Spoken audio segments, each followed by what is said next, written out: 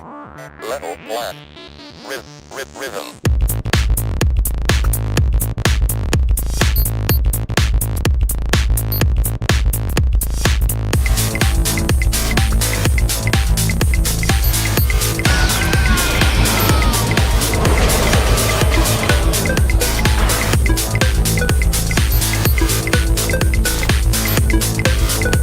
I'm gonna make it last. I give it to you right there whenever you want. So come on, girl, let me take you to another world. You're the one that I love, there ain't no other girl. Cry for you, cry for you. This is what I can't deny. Die for you, cry for you. Please don't say goodbye. Die for you, cry for you. This is what I can't deny. Die for you, cry for you. Please don't say goodbye. Never say goodbye, I'ma die with you. I hate it when you sigh, cause I cry with you. See, I never say goodbye, I'ma die with you. I hate it when you sigh, cause I cry with you. Say it. Say it. CCP Dig 4. Woo!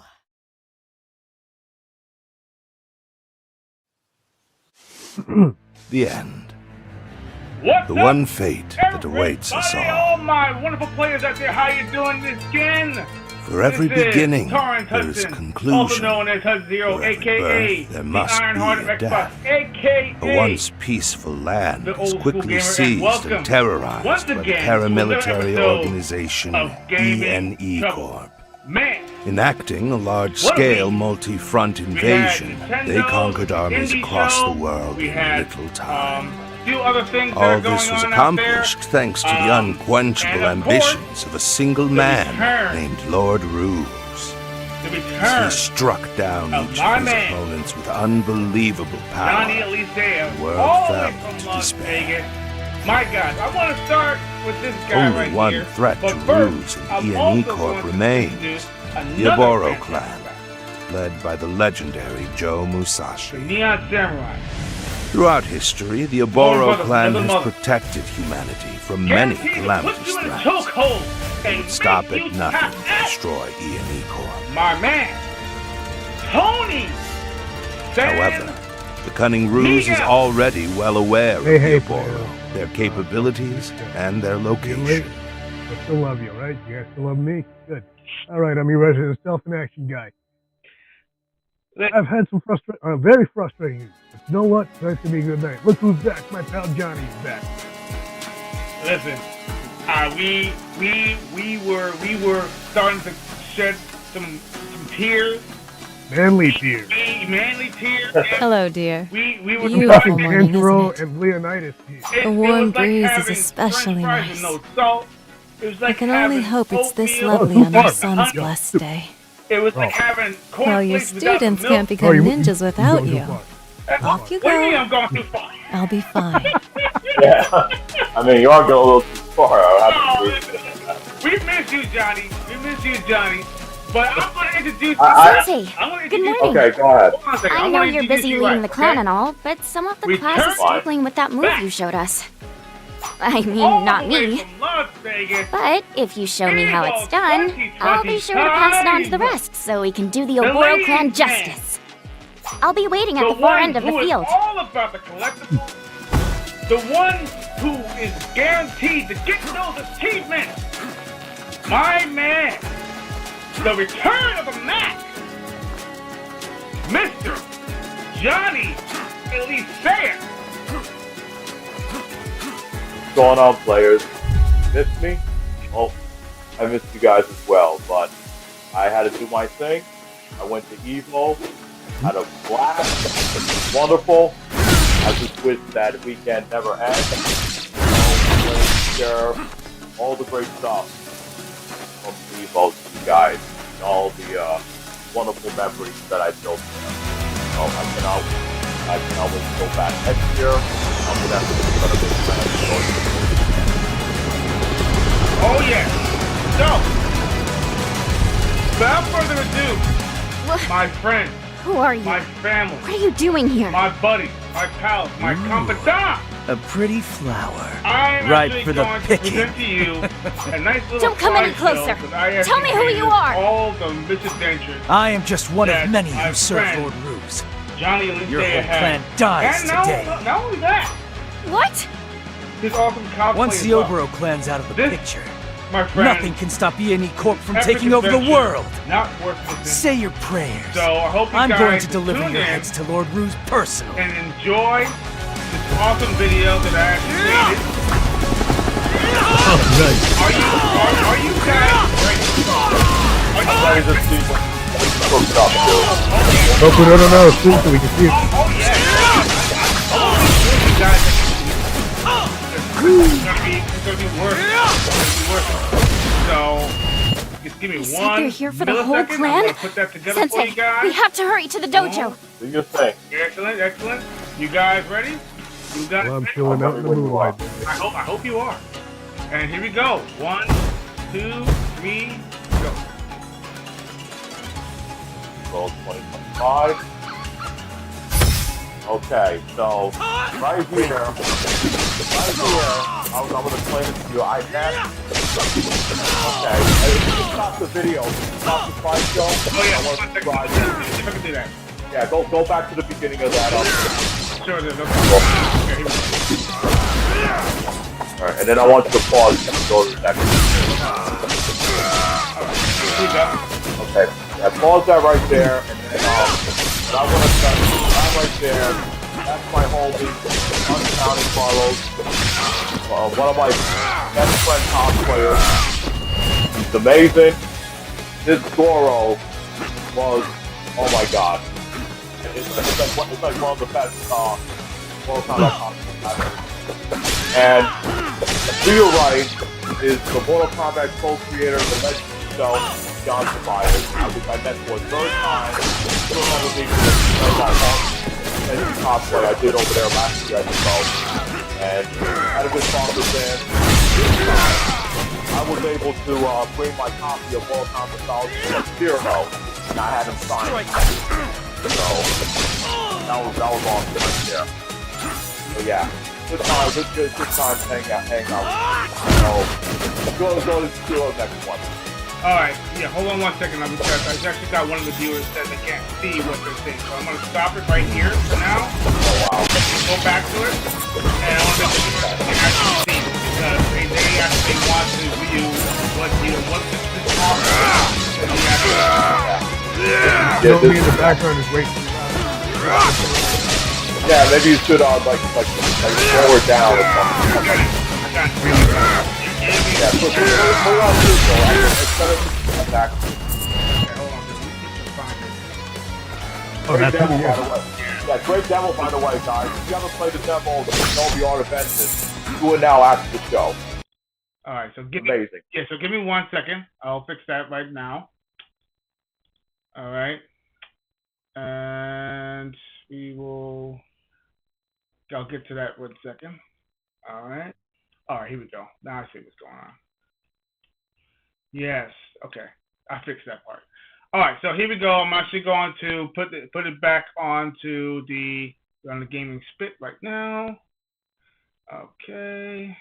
That's what she said. Ooh. Okay.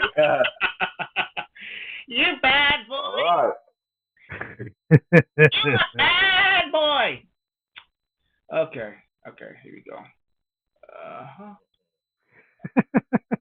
Still funny, man. Yeah, hold on a second. Let me see if I can actually get that going. All right. Just making sure this is actually correct. Sorry. Remember, our months are hot too, so. We had some, always having these technical difficulties. It's always messing up. I'm trying not to say anything too stupid. Well, listen, hey, we are all good here, man. We are all good here. That's whatever. The internet. I love you guys, man. I love all of you, so whatever. So, yeah. All right, let me see if I can actually get this actually showing, because it's not showing. So it's just not showing. All right, so you know what I'm gonna do? This is what I'm gonna do. I'm gonna do something different. I'm actually going to put it on something different, so that way so the videos can actually see what we're actually seeing. And let's go ahead and change that scenery for 1 second, and put it into another part. and that way we can actually all can be able to see it. Okay. I'm on the patio of my own Broken Skull Ranch. Oh, nice. I feel like Stone Cold right now. Oh, jeez. Except it's a Coke. My gosh. Oh. This is the way I'm dressed. Yeah. But I got my Scott Hall hairdo. Scott Hall RVD. Hey, yo. Hey, yo. Hey, Survey time. yeah, so Everyone, the bad guy. W. Yeah, when he's going this. Guy. Man. Alright, here we go. Now I got you. Oh man. Rest in peace to the good guy, man. Oh man. I remember him so much. You know, he's an awesome guy in real life too, you know. Yeah. I heard. I never met him, but I did meet Kevin Nash though. Kevin Nash is awesome. Yeah, he's big. He's tall, bro. Oh dude, he's tall. Oh yeah, I got a picture of him. He is. Tony's seen a picture His of real him. height's gotta be at least 6'6". He's gotta be. He's like a fucking basketball player, dude. Dude, he's like 6. The dude, when I met him, he's like 6'10". Sorry, he was. Like a legit 6'10" or wrestling 6'10"? I would have to show you a picture of me and him, then you can decide from there. Yeah, I can probably tell because I know how tall you are. I know how tall I am. And right. It's easy to figure out from there. Yeah, but he is the tall guy. No doubt about it. Indeed. All right, here we go. I think I got it.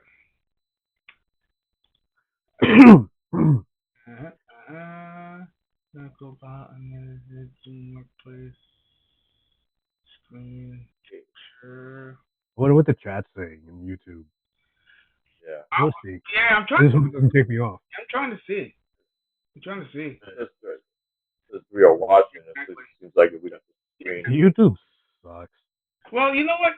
YouTube actually has its moments, but you know, I'm pretty. No, it's not one of them. It's definitely not one of them. Not today. And they ruined my return. How dare they? They what? They kind of like ruined my return though. This is supposed to be a nice return for me. I'm showing you guys some great stuff. Want to show you guys some great stuff from Evo and some of the things I got. Yeah. And they ruined it for me. Those bastards. Don't worry. We actually got it. So I'm actually going to make sure that we actually have this right. So we got this right. There's our hood stuff. There's Johnny's Return of the Mac. I'm gonna be Return of the Dragon. You're Return of the King. Oh my. Yeah, buddy. Woo! Oh, you know that shit works. The Mac, the King, and the Dragon. That sounds bad. It's a king. Oh yeah. The king. The king. All right, let me see. Let me see if I can actually get this right. Because for some odd reason, oh, here we go. Now, where was that? Too. Oh shit. Damn. Oh, yeah, this is the only window I should keep open. I can't do anything outside of Zoom. Video co-op. All right, so for some odd reason, it's not allowing me to show the video to everyone else. So what I'm going to have to do is I'm actually going to have the video basically with us in it. So everyone is going to see in the window what we see. All right, and we can go through it. Let's go through with it. That's the only way to do it. Sorry for the technical difficulties. Like I told you before, I was trying to work it through, but we are going to make it happen a little bit. So they're able to see the video. They're able to see the video, but through our window. So we're going to just have to do it like that. All right. So bear with me, ladies and gentlemen. Bear with me. Go back to live screen. We are back. Like so. Excellent. And I'm actually going to run the video through us. So here we go. Everybody can see me on my phone, right? Or can you guys see me? Yes. Okay. So we're going to do it like that, and we're rocking and rolling. Let's rock. Okay. All right. Sharing. Put the video on. Share sound. And we're good to go. Let's rock. Okay. Let's see. Nope, that's not it. That's it. I'm still trying to reconnect to my laptop.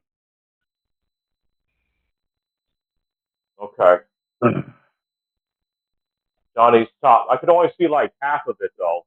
Like me too. Now you got it? Now you see it? I can only see like half of it though.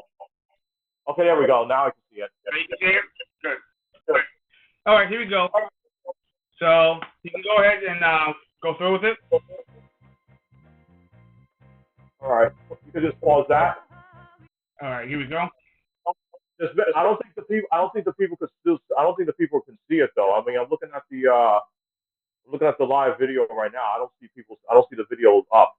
Take a look. All right. So remember, there's a delay. There's a delay on the videos. I know there's a delay on the videos, but I don't see the. You don't I don't see no clip. Nice. I'm checking right now. Yeah, take a look. Nothing. That looks so unprofessional right now.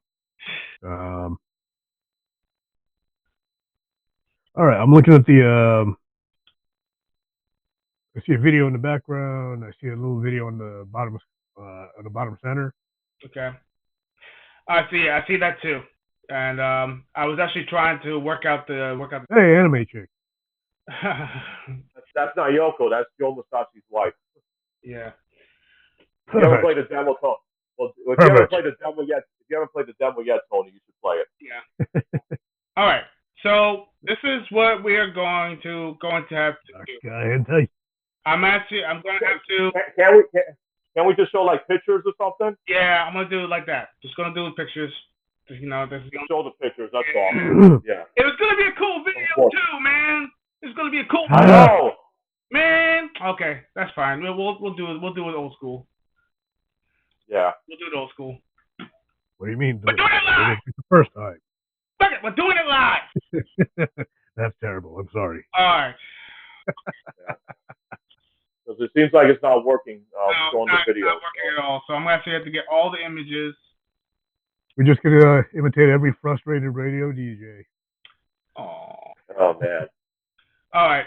So we're gonna do it like this, and that way you guys can see, and I can see, and everyone can see, and that way everyone's in. Ooh, they're ripping me off, Robin. Yeah. Ooh, Robin. Oh wait. Holy cow! Now, okay. You know what? What? No. Just never mind. I thought it was working. It's not. Okay, never mind. All right, here we go. Sharing it now. All right, so you can see what I can see, right? All right, good. So. Yeah, I can see it. Just hope the chat can see the video. I mean, whatever pictures they're gonna show. Okay. Hey, chat. Just checking in on you. What are you guys saying? All right, so what we got? So can you see this over here? You can see a video? Over here, yeah, I can see that. Okay, good. I can see your files, yeah. I can see a bunch of files. Now do you see it now? It's because remember this is the delay. You'll see it come. Nope, just your folder with your files. Wait, you don't see anything else? Nope, just a big. I think you're just sharing the wrong window. I'll fix it. Maybe doing that. I'll fix it. Yeah. I'll fix it. There with us, folks. Yeah. They're cool. Our folks love us. We love them. Yeah. We're good to go. Indeed. So then we're gonna have to do it like this then, because each and every file is gonna have to be shared separately now. This sucks. Oh boy. All right. Okay. Here we go. I hope everybody can see that. Because I know there's a delay for that, but that's me with Yamada-san and Aoki-san, and these guys are the producers for Virtual Fighter Legacy and the new Virtual Fighter project. Nice. So, yeah, these guys were so nice, and I actually was able to speak a little bit of Japanese to them. And here's the interesting part. I did tell them about my favorite character, which is Jun. I don't know if you guys knew, but Jun from Virtual Fighter 5, Final Showdown, he actually takes Kyokukushin karate. That's his style of martial arts that I study. Nice. And I told him about that. Like I love this character, and Ioki-san, the guy on the right, he told me that he also studies karate as well. Mm-hmm. So he actually knows like the very the frames and the demonstration of karate and all these martial arts styles. That's why you see that they're so realistic. So it was great. You know, like having to speak to them for a while, and then I was able to get my layer signed from them right here. They got their signatures here. And what is that black box doing in front of me, in front of our faces there, Torrance? Okay, there we go. I'm just trying to make sure. Okay. Yeah, I was like, what the hell? You're trying to cover all three of us. That's Hey, disrespectful. Johnny. I wish I texted you before you met them, man, because I would have asked you to ask them to put a cheap, like, Capoeira Eddie Gordo type character in there for me. Dude, well, don't you want to have a character with a character that fights your style? There, I got Jackie Bryant and Wolf for that, dude. Oh, okay. Yeah, Okay. so I'm good. Oh yeah, Okay, so I guess Jeffrey too. Yeah. Oh, Jeffrey, yeah, Jeffrey's another one. Yeah. Oh, okay. But Yeah, there's a lot of styles that represent for me, so I'm good to go. Yeah, but so put a cheap Capoeira character like Eddie Gordo for me. well, you know what's so gonna I can at least win well, once or twice online. Yeah, but you know what's gonna happen though? They're gonna end up debuffing him, and he ain't gonna get those cheesy wins anymore. Yeah, they're gonna get smart with it. Yep. They're gonna debuff him for sure, but yeah, I this was a surprise. I didn't think I was gonna meet these guys, and I just saw the opportunity. So yeah, so they, like I said, they signed my layer for me, and then they gave me these two cards right here, and then this one for the new Virtual Fighter project that's coming out. Okay, cool. So, and then they also made an announcement saying that there's going to be more details at the Tokyo game show next month. So be on the lookout for that. Nice. And they also made some announcements saying Virtual Fighter Revo that's going to be coming out on Xbox and PS5 on October 30th, and then the Nintendo Switch 2 version will be out later on at a later date. Okay. Now I know everybody. Now, Torrance, since you put this up, you say, okay, I want to know who this Sarah Barry cosplayer is. That is my good friend Bonnie Van Zoom, and she is one of the most nicest cosplayers. I met her back in 2019 when I had my Shao Kahn cosplay, and she was wearing her J cosplay. I've been friends with her for like close to 5 to 6 years. I remember that, dude. Yeah. So I knew her for quite a while. Same lady. Nice. Yeah, so as you can see in the background, we took a picture with my Kevin Rain from Fatal Fury Sea of the Wolves cosplay, and we did a little Virtual Fire Cross Fatal Fury thing photo right there. So nice chick though, but definitely she's on Twitter and she's on Instagram, so give her a follow. So interesting. So, yeah. Awesome. All right, so let's do a couple of other things. You want to explain this picture right here? I want to pop this one up. Sure, pop whatever you want, man. Whatever you're interested in. Yep, I'm gonna put this one up so that way you can see for yourself. Here we go, and you can explain this one. Okay. Oh, that's what that picture is made from the legend himself, Shikiroko, who does a lot of the Street Fighter arts that you've been seeing as of late. Oh, cool. That one is supposed to be moment number 37 when Diego parried Justin Wan's his super art from Street Fighter 3 Third Strike. Because you can see Ken, he's parrying Chun-Li Siyaku right there. And then you see Terry and Mai chatting on in the background. I had to take a shot at that. That moment right there, believe it or not, jump started Evo. It really it put Evo on the map. So even though that was like one of Justin Wong's worst nightmares, it actually that still haunts him to this day, bro. To this day. Why? Yeah. Fill me in. What are you guys talking about? All right. Okay. Here's an explanation. Go ahead, Torrance. Parrying is almost like razor thin reflexes. You have to tap forward to parry. It's almost like pressing back. Okay. But pressing forward, like by the frame. He knows the parry. By the frame. He knows the parry. Yeah, okay. Now, check this out. That Sensio Katsu, that move is almost like razor-like reflexes because the parrying is a pattern that you really have to pay attention to. It's literally 9, if I'm not correct, it's like 9. I think I know what you're talking about now. Like I didn't know the guy's name. Yeah, it's 12. Yeah, Diago. 12 hits, but each one has a pause that it's almost like a razor thin moment that you have to you have to do. Basically, he parried the whole super, and then the last hit, and then when she did when she did the last hit, which is an upward kick, he jumped up, parried it, did a jump kick, down forward, crushing forward, right into a Soryuken, and then right into the simple generic Kyaku, and took him out. Yep. Wow. And I think I saw that video. Now I know exactly what you're talking about. I'm pretty sure you've seen that. That's what that artwork is supposed to be. Daigo was literally going. He couldn't even block it. It was no, he could not block it. If he did, he would have been done at all. And it's a very fast move. So he was like ready. It was like rapidly fast. I think these guys can visualize the hitboxes somehow. Oh, yeah. Right. From so much practice, they can visualize it. Of course. That's what separates the champions from the boys. Literally, just studying, knowing frame boxes. Their eye-hand coordination is on another level. Yeah, exactly. And that's what I said. That's what that photo right there that you see. That's what it is. So I had to get a shot of that. Indeed. Next pick. Yeah, next photo. All right. Let's see if we can get this one up. Sorry, just trying to get one. There we go. All good, dude. Yep. All right. Whoa, that's private, dude. What's that?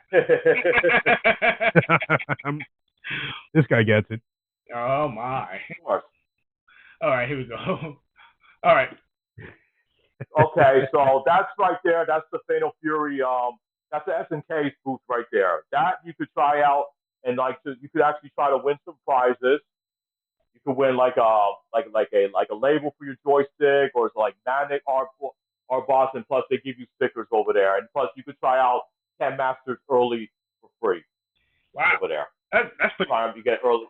Yeah, so that was cool. I got to try him out, and let me tell you something. Ken Masters is a beast in this game. And like if you guys are fans of Ken and Street Fighter 2, and who isn't, definitely give him a try in this game. All right. And if you play his ending, and if you play through the arcade mode, make sure you stay after the credits. There's a nice surprise for it. Yeah. BFTs? Maybe, maybe not. You'll have to find out. Well, I guess I'm going to have to play. You're going to have to try it out. All right, this right here is That's cool. Yeah, you have this guy. That's the Billy Kane one is my friend over there. That's Jen's boyfriend, who's she's Blue Mary. But my friend Gino, who I met, she's a Mai, and the guy who I met over there, a new friend of mine, he's Andy, and as you can see, that's Kevin Ray from there. So we're supposed to get like some more clearer pictures of this, but this is the only picture I have available right now. I'm still waiting for more photos. I recognized Andy immediately. Yeah, and then there's Mai though. That's her other outfit she wears. There's Billy Khan. Indeed. Now, next. this one right here, I'm a little jelly about because this is my gal. This is my future wife. This is the one that. Who's your future wife? Who's the future wife? Let me see. Right I think I know who you're talking about. Yes, absolutely. Yeah, no. No, replace you with me. I said just a poll. I said you have a picture, put me right next to it with my arms. Let me tell you. Hold on. Let me tell you something. Let me speak on this. The words what Conan used to say. Let me speak on this. Okay. I knew Karen Hopkins was going to be there. I would have had my Kenshi cosplay from last year because I would have loved to have done a Special Forces pose photo with her. Because as you know in the lore, Kenshi and Sonya Blade are in the Special Forces. And I would have loved to have my Kenshi cosplay right there and have my light up katana blade right there. It would have been perfect. Oh. So I told her, hopefully next time. Wow. But what's funny is that she told me that, if you would have had the cap and the guns, you could have been Striker. And I said, yeah, that's true. I could have been Striker. You know. Oh wow, she knows the stuff too. She was great, and she's very flexible. She's still flexible for her age too. Like she's really athletic. Though you could tell that she really keeps up with her work style. So yeah. Wow, man, it's amazing. She's in her 50s right now, believe it or not. I tell you, you know, it's awesome that she's actually, you know, stick around and actually, you know, do this kind of stuff because, you know, she her fandom is the same thing as Elvira, you know, who you know, I forgot her name. Oh yeah. You know what? But she doesn't even. That is a good comparison. Yeah. She doesn't even look, you know, look her age. She really doesn't. I know. Which is amazing. Oh. So, let's see what the next. What's next? Next one, I'm going to pop that up right now. There we go. This Captain. Oh, the Captain America. Oh, the Captain America. Yes, from the Marvel Tokon Fighting Souls. Yes, I did get an opportunity to play that game there. But there's some other pictures though. I mean, there's a picture. I think I sent you a picture with the screen and the controllers there as well. Yeah, I'm actually want to show those. I'm actually gonna pop that up right now, so that way you can you can see that. Mm-hmm. Game was fun, guys. The game was absolutely fun. Also, there's going to be a beta for the PS5 that's going to start on September 5th through the 7th. So if you guys weren't able to go to Evo to try the game out, you can try it next month. Yeah, there's a demo. There's a demo right there. Yeah, there you go. There's Storm, there's Doctor Doom, and there's you can play in the joysticks or you can play in the pad, so which is really cool. But let me tell you something. That line was huge. It was huge. Now, so I feel bad because I mean there's a game that was also there, 2XKO, that actually no one. Yeah. Yeah, I'm actually kind of shocked. I mean, a free-to-play fighting game. I don't know. Maybe people actually are kind of wary about that, having it a free-to-play things like the free-to-play. Well, to be honest with you, because there's other fighting games out there right now that people are looking forward to. Because don't forget, I mean, let's face it, everyone wants to see a new Marvel game, and this is it right there. And then you got the Invisible Versus game, which I got a chance to play. And let me tell you something: Invisible Versus is like Dragon Ball FighterZ mixed with Killer Instinct mixed with Mortal Kombat. The game is brutal and it's fun. And I'm not an Invincible fan. And I said to myself, oh my God, okay, since you popped this up, we definitely got to talk about this one. Thanks to my friend Kitty Kaboom, I was able to meet Nakayama-san and Miyasumo-san. Nakayama-san is the director of Street Fighter V and Street Fighter VI, and Miyasumo-san is the producer for Street Fighter V and 6. And these guys were so nice. One of the nicest people I've met, though. So here I am live via satellite. Sorry, guys. What's that? Here I am live via satellite. Satellite. Oh, good, man. Can you see the photos at least? Yeah. Okay, so I was able to meet these wonderful guys because let me tell you something. When these guys came in late for Street Fighter V, they made Street Fighter V more playable. So I give these guys credit, and the way they're handling Street Fighter VI right now, they're doing a fantastic job. And I'm still playing it to this day. That's awesome. So I gotta give them props to them though. So yeah, it was an honor meeting these two. So this one, you know, you're gonna have to explain this to me, and I think you did this for me. You did this picture for me. Thank you, because I like coffee. Oh, the Tekken, yes, the coffee, yes. That was in the Tekken booth. That was over at the Bandai Namco booth. So they had you could buy shirts and figures and stuff like that. Yeah, that was just when they were about to close up. So I took the opportunity to take some shots of that. Ladies and gentlemen, I need a Prince of Persia rewind. There's a Tekken coffee.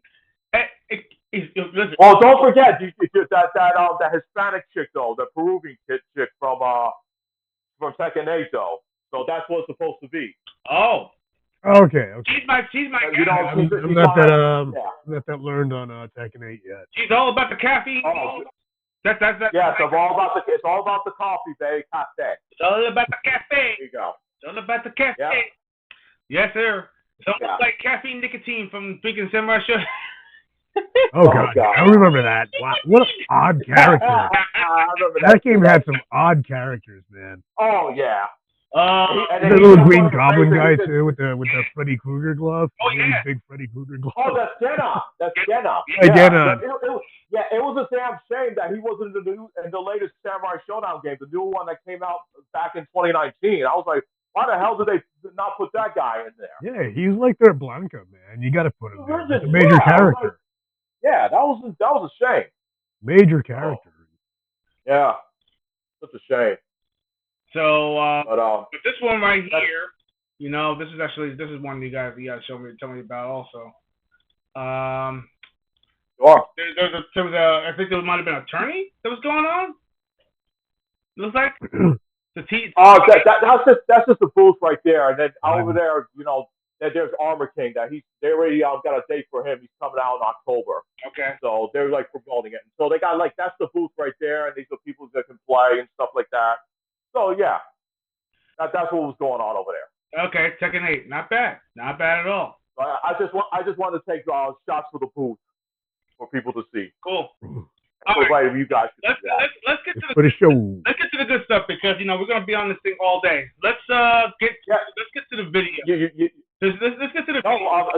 Dude, what about the other cosplay with the other cosplayer? Oh, that's right. Okay, let me. Come on. I'm getting to that. You got to show that one. Hold on, I'm getting to that one too. Hold on a second. Hold on. Were you a naughty birdie out there, Johnny? Oh, come on now. I think you know me by now. Back Daddy Johnny? Yeah, she's a sweetheart. I think. You know, she's like I said, I do know you, man. So. Yeah, she is. Yes, you do. There we go. Let's go ahead and put this one up. You know, Miss Kitty Kaboom. That's the girl. Oh, there she is. Yeah, because everybody likes B Janet. So B Janet. Yeah. Listen, my homegirl, Kitty Kaboom. Let me tell you something. She killed it with her B Janet. She did. She pulled it off. Yeah, she is amazing, and she was the one who set up the whole SNK cosplay get together, the gathering over at the SNK booth. She set it all up, and it was awesome. Like she has done like setting up like events like this before, and she knows it because she's been doing this cosplay for 2 decades already. And yeah, she is amazing. Like fellas, let me tell you something. Do her a favor, like come on. Give her a follow on Instagram if you want to see more of her stuff, and give her a follow on Twitter, though. She does amazing cosplays, whether it's Capcom characters, SNK characters, and even anime characters, and even other fighting game characters she does as well. So give her a follow. She's amazing. Definitely a worthwhile gal and everything. I chat with her once in a while, you know, on Twitter. She does a lot of cosplay. She's been doing cosplay for years. Yeah. She makes her own outfits. She's really up there. Yeah. So yeah, definitely you guys give her a follow. She's amazing. She's also a gamer too, a player. Yeah. Stay away from that gamer word. Player. She is a player. So everyone, gamer. No, player. Stop. All right. So anyway, getting to. So you want to get to the video? Let's get to the videos. Let's go. Okay. Show that. Show it. Video shots here. Let's see if I can actually get that going here. Why you kicked off again? I'm gonna be so pissed. No, don't worry. You be fine. Don't jinx it. Don't jinx it. Do not. Well, if I can make fun of it and make people laugh about it, we're good. So. Oh, that is true. All right, so let's see if I can build that one up. Oh, you know what? Let me blow it up here. Make it easier. Yeah, make it easier for yourself. Don't make it too hard. Yeah, here we go. That's what she said. Ooh, my God! Oh, you bad boy! you naughty Tony. Oh my! Ooh, me? Tony, stop! Don't tell Mom. Here we go. All right, let's do it. You get us all in trouble. All right. Oh, he's gonna go through the. Okay, go ahead. So let me trying to see if I can actually get this video up. Oh yeah, here we go. I think we got it. think everyone can see it. I will tell people that I did get a chance to play more. Okay, here we go. Let's play it. Yeah, I'm gonna play it right now. Okay, here's me as arm wrestling with the Ralph cosplayer, which he's a good dude, and that this was like the highlight of the gathering. Go back to that real quick. I want everybody to go back to that video. Okay, there you go. There you go. Got it? Yep. There. You got it? Yeah. Yep. Okay. I'll play it again. All right, one more time. All right. Wait. I want you to pause when the pause. Pause it now. All right, you want to go back? Yeah, go back. I can't see it, dude. There you go. What do you mean you can't see it? I saw it on your Twitter, but I can't see it here. Damn. All right, you know what? Let's Okay. I'm working on it. Hold on. Give me a second. Hold on. Slow down. I got you. Yep. All right, now Why does everything hate me today? No, you good. You got it. Okay. Nah. Yeah, I want There you go. Now I to can go. see it. Yeah. Okay. Good. Okay. Now I want you to go to the right side. To go to the other side. Okay. There we go. Now play it. Go to the right side of the crowd because there's a Iori cosplayer on the other side. I want you to see his reaction. This is hilarious. Okay, keep going. Okay, you'll see the Iori play. Now you see. Okay, you see the Iori player like turning his back. He nails it because Iori is the type of person who doesn't give a shit. As you can see him, you see him right there, right? Yeah. Mm-hmm. Yeah, like in the back right there. Yeah, like he just doesn't care. Like the Iori cosplayer like nailed him from the background. But this was the highlight right there. This was so good, and even the SNK esports page on Twitter actually retweeted this. That's awesome. So it got so many views. It was crazy. I started getting followers from Twitter on Instagram as well. That's really cool. That's awesome. Yeah, and I want to say shout out to that Blue Mary City of the Wolves cosplayer. My friend Jen, she's amazing, and her boyfriend, who's Billy Khan, is also awesome. Awesome people. Oh, everybody. Billy. Yeah. Oh, Billy. So I tell you what. Someone's been watching Cable Guy. You guys, he totally got it. You had an amazing time. You had an amazing time. Yeah, I'm glad that you actually. This was an awesome time, and I cannot wait to go back next year. Yeah, it looks like a lot of fun, man. One of these days, all three of us got to go. Seriously. Oh, absolutely, man. We are definitely going to make that happen. We're going to make it a family trip too, dude. So I'm gonna stay there like 2 weeks. Once we do that, we're gonna have to do a travel like live from Vegas or something, man. Like 2 weeks after the fact, I'm still gonna be out there, dude. Yeah. So I've never been, so I get to like over the place. Mm. Yeah, Las Vegas is pretty hot though. It's like every day was like 105 degrees out there. Woo! Wow. It's not humid though. No humidity. So let's get into the gaming gaming spit for a second. We're gonna have to quickly do like a round off of that because that took a long time. We took a lot of there was a lot. There was a lot of stuff happening over at Evo. So yeah. Yeah. So that's some of the stuff I could show you. So yeah. But yeah, let's get into the gaming spit. We got a lot to talk about because let's put it to this way. I feel like that especially when it comes to the gaming industry, Nintendo decided to do their thing when it comes to the Indie Showcase. Now, the Indie Showcase, as you can tell, I have all the information right over here. Let me pop this up. Let me see if I can actually get that going. Here we go. Boom. All right. So, the Evo trailer. We actually have a lot of information here. So, they actually showed quite a few games. They had Mina the Hollower. Looks very, very good. I would say that if you like indie, top-down type of adventure type of games, Mina the Hollower. I do. This is from the same guys. From the same developers That Shovel Knight, right? yes, that's right. And That's a good game. my gosh, it looks so good. Yeah, I think that there's a demo out for the Nintendo Switch 2, I believe. I think there's a demo out for it now. Oh yeah. So you can actually download the demo now, which is pretty cool. Yeah. Let's see, and then let's move. There was another game that kind of looked like that had that style, like it was like a Metrovania, but it looked like it had the style of like Tim Burton. I think it was Well Dweller. That's the one. I think that's the one. Yeah, that could be it. Yeah. That looks crazy. It looked really good. I mean, just alone. I mean, that one. Take my money. I actually love the style, love the aesthetic. It's like dark and and weird.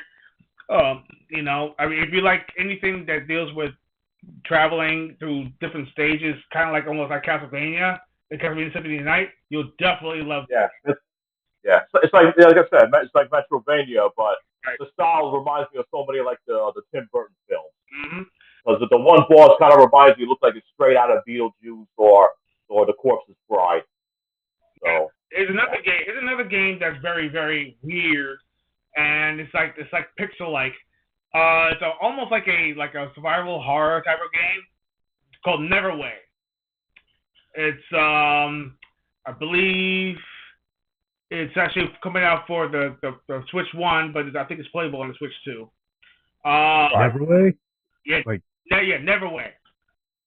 So basically, the premise is like after quitting your dead-end job, the owner starts over on a farm and becomes an immortal herald of the dead god. Makes friends, fight through horrors, and pay off your debt in Neverway. It's a nightmarish life sim RPG. Neverway is the debut game from Cold Blood Incorporated, a studio founded by the pixel art behind Celeste and Towerfall. Two great games, by the way. If you have never played Celeste, it's almost like a where you actually can be able to go up and down. It's almost like Gravity. You can be able to like to traverse certain parts of the stage, and it's like a puzzle-like type of game. You like that? It gets hard, but it's really, really good. And Towerfall, another great game. Two fantastic indie games, by the way. And if you haven't picked it up, why? What are you doing? It's cheap. You can get it for cheap, for $20 each. So definitely worth it. Next game, Hurdling. Now, I would say that this game right here is something that was going to be akin to a game that got canceled for the Xbox, Everwild. So I was actually surprised when I saw this. I was like, whoa, did Everwild get changed? And did they take the assets from Everwild and make this game? That would be cool. I like the concept because what you're doing is you're actually almost like a herder. You actually go around and you're collecting these animals that have special abilities, and you're actually hurtling along and you're herding them into certain areas, and each one has a certain ability that you can use as you go further, and you actually usher them along ahead of you, which is pretty wild. I actually like games like this. These games like this is what makes me proud to be a player, because it's obscure, it's different, it's something that's out of your element, and I hope that people will get to play this game, and most people won't. I guarantee you, people will see it and they're like, I don't think I'll be but maybe if they have a demo of some sort, maybe people could try it, and if they like it, then maybe they'll play it. This industry is very, very weird, very fickle. I mean, in the days of Blockbuster and all that stuff, people can't rent games anymore. Yeah. So you can't. And not all games have demos, though. That's the thing. Yeah, and the demos are enclosed. It's like they only give you what they want to show. So you can get a demo and play it, and then when you finally get the actual game, you're like, wait, hold on, this is not exactly what I was paying money for. And it's happened to me a couple of times. I don't know what's happening. I think it might have happened to several other players out there too. That they get a game, play the demo, love the demo, get the whole entire game, hate the game. That's rare nowadays. Yeah, it's frustrating. Eat This, He Taken. It's weird puzzle type of game where you actually taking the orders of, well, basically the likes and dislikes of each of the shapes that are. Yes, I looked at this game and this looks like a social like get together game. Like if you see this person alone, why don't you put them over here so we can make friends with this person? Right. Like you want to. It's like I want to call like that sounds fun. It kind of reminds me of like this, not like this. I shouldn't say The Sims, but it's like a game that like your objective is to make sure that all these little people is to make sure they get acquainted with everybody around that area. Yeah. That's the way I see it. Yeah. Then of course it already came out for the PlayStation and it came out for the Nintendo. I think it did come out for the Nintendo Switch a while ago. I'm surprised, but there's actually an update that's coming out for a game called Little Kitty Big City. So now, I never heard of this game before though. Yeah, I got stuck in that game, but I liked it. Yeah, it's. I never seen. This is the first time I ever seen this game. Oh, really? Okay. Well, this game, it was available on. Actually, Matt, I think it's still available on the Xbox Game Pass. So you could. Yeah, I played it off Game Pass. That's where I play a lot of it. Okay.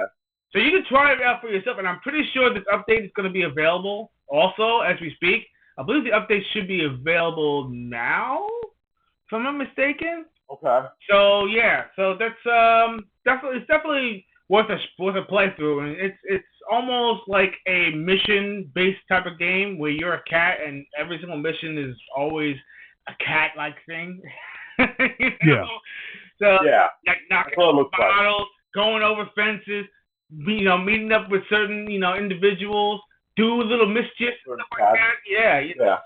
And the way a cat acts. Yeah, the way the cat acts, exactly. So that's basically what you are. Being a cat. That's what it's all about. Now, here's a survival horror type of game, or actually more of one of those how do we put it? Like lost footage type of games. You are a content creator who goes into this weird little area, and what you're trying to do is you're trying to get the most obscure and weird things on footage. But you have to survive to be able to bring the content home so you can be able to up your viewing. So you actually go home with your footage and you upload it, and then you see all your followers going up and stuff like that. So it's weird because it's almost like a content creator's nightmare. But you're doing it for the view. Yeah, but these people are willing to do anything, even if it costs them their life. Exactly. So basically, that's what the game is. It's a multiplayer type of game too. So you're actually with friends. You go on there, and you are literally looking for trouble. And then when you find trouble, you better find a way to escape. Because if you don't, game over. You're done. Yep. Yeah, you're done. So pretty cool. I like the concept. You got a lot of. It's unfortunate you got a lot of idiots nowadays. That will do anything for clicks and views. And actually, it's kind of a little bit of a nuisance as well. Yeah. But yeah. So I mean, if you want to do it in a game, that's fine though. But come on, if you're gonna try to do this in real life, it's worth doing. It's not worth it. Exactly. Speaking of which, there's actually just kind of go off cuff. There's actually a horror movie coming out that's actually going to be coming out that's similar to something like this, but they're actually gaming. They're playing a game that it's like almost like survival horror, but it's real. But so in other words, you get in the game and you can't get off. So in other words, you have to go through the game and complete it, and you can't leave it. You can't do nothing. or else really, really bad things can happen. I forgot what the movie is called. I saw a preview for it, and I said I'll look it up, and I said we'll talk about it probably on one of our other episodes. But and I believe Justin Wong actually got invited. Yeah, Justin Wong actually got invited to cameo in the movie too. So pretty wild. It's coming out, I believe, it's coming summer. No, not summer. It's always fall. I think it's fall or before October. I think it is. So okay. Yeah, I forgot what the movie's called, but it's similar in lieu of that. Now, here's a game that I think is going to be up my alley. I like Arkanoid. I like Breakout. Ooh. I like anything that's in that whalehouse. You are old school, dude. Wow. Listen, this looks nuts. This right here, this game is called Ball Pit. Now, Ball Pit is basically where you have certain characters. You build up characters, and each character has their own special ability. But similar to Breakout and all that stuff, you are actually breaking and destroying certain enemies and what have you that are coming to destroy your habitat, your area in sense. It's almost like a combination of have you ever played a game called it's called not Cabal, it was called oh my goodness, what was it called again? It's beginning to see. Came out a long time ago. It was called dang it, I forgot what the game is called. But it's an arcade game. It came out a long time ago. And you can actually build your castle by almost like Tetris, but you build your fort, and then as soon as you build your fort and you get your cannon set up, you actually be able to destroy boats as they're coming through before they actually reach land. Whoa. It's an arcade game. It came out a long time ago. It was a ball rolling type of game where you actually be able to change your. It's so awesome. Oh, I gotta find out the name. Please, guys, in the chat, if you remember the game's name, let me know. I haven't played it in such a long time. Just put it in the chat. So awesome. I love that game. It came out for the NES, and also I played it in the arcade. Love the freaking game. I think my wife knows what the game is called because she loved that game. Me and her played that game like for hours. But Ball Pit, yes. And as you go through the game, you can actually get new characters. You get new abilities. You have like multiple balls that come up and down, and you're bouncing them against walls, right? And they're they do these crazy freaking amazing combos and destruction and all that stuff. It's so like hectic on the screen, and my eyes were glued like this. I was like, oh my god, this game looks so freaking awesome. I am all for that. Yo, when you did that, you look like C-Man. Me? Oh god. Oh, that hurt. No, not physically, man. The facial expression was C-Man. The facial, yeah. I mean, yeah. The expression, not. Oh, sorry, man. I didn't mean that. Now he's gonna kick us out now. Yeah. See? Oh man. Pretty good. Anyway, Ball Pit is coming out. I believe should be coming out this October 15th, for the Switch and the Switch 2. Oh no, Switch 2 is actually going to be this fall, so I guess it's going to be separate days. It's not even a staggered release. Who knows? I have no idea. Then, here's another one. If you ever played, I forgot what the game was called. Something Sheep. Oh goodness, it was called Ultimate Something. I forgot what it was called. I think it's with the same concept, but this time you're actually riding bikes and you're doing loops and yes, I've seen this game. You know what that game was giving me? It was giving me Excite Bike vibe. Yeah, Excite Bike. I miss Excite Bike. And yeah, oh my god, I can't believe it. That game was crazy. I can't believe Nintendo's never even brought that game back. Shame on them. You know what? I was about to say the same thing. Nintendo has they're sitting on a gold mine. A gold mine of IP. No 10-yard fight. no Excite Bike, no Hogan's Alley. No, listen, I can go on and on. Man, they need to bring them back. They need to bring them back. I don't understand. I'm gonna throw back to our old episode. Bring back Duck Hunt, Nintendo. Yes. I want a realistic Duck Hunt. Well, they put Duck Hunt in Smash Brothers, so and the dog. So that's a fighting game. That would be hilarious, right? Make it a hyper-realistic Duck Hunt, like with graphics like the Metal Gear Solid remake. Oh, I don't know. Okay, but here, oh God, no. You know who needs to come back? What's that game on? What's that game with Rob the Robot? Was it Geronimo? Dynamite. Yes. Yeah. Bring him back. Come on. You know what? Ooh. Here we go. Yep. I love our alarms. Alarms are amazing. Yeah. All right. So anyway, moving on. Let's talk about. Sorry, ladies and gentlemen. I'm gonna mute myself. What happened? It was a fire alarm. We have a fire alarm going on. And yeah, our fire alarm. So sorry about that, folks. It always happens. But here we go. Glacier is a game that's actually where the whole entire world is covered in a sheet of ice, and there's an underground world. That would suck. Yeah, well, I know, but it's an underground world. And you're one of the new creatures. It's like 65 million years into the future. Oh wow. Yeah, and wow. And you are a character named Twy, who actually is exploring the underwater world, and you're fighting monsters and marine creatures, and and all these powers. They're actually ancient dinosaur creatures that are actually laying dormant in the new ice age.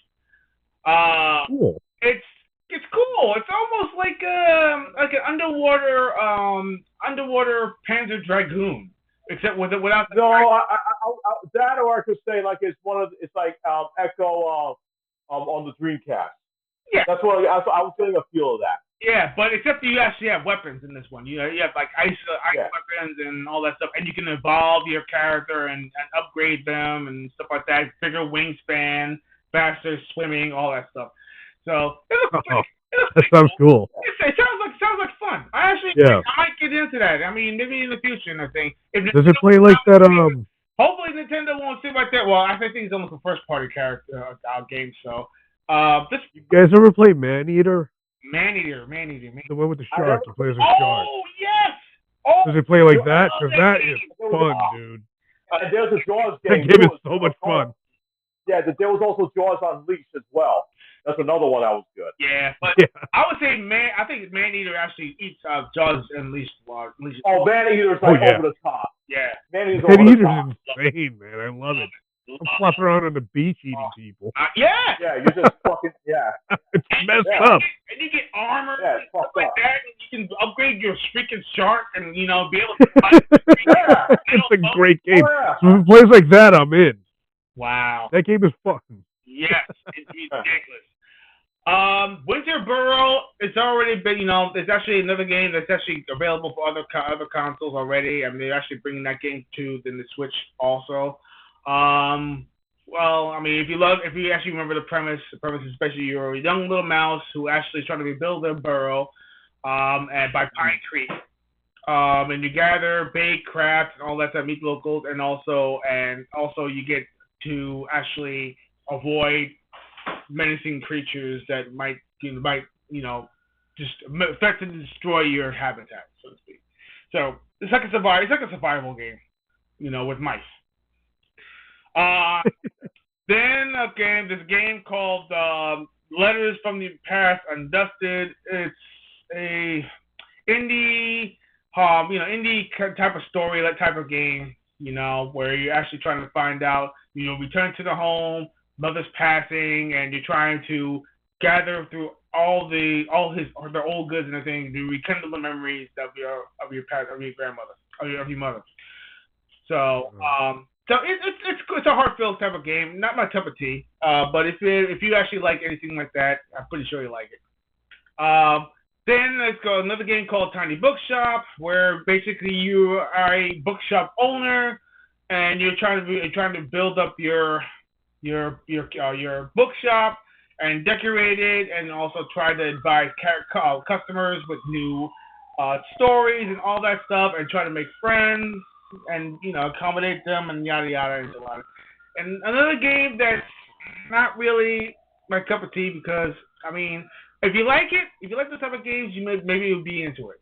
Not me. I'm not really into that type of game. Caves of Kood is a science fantasy roguelike type of epic adventure.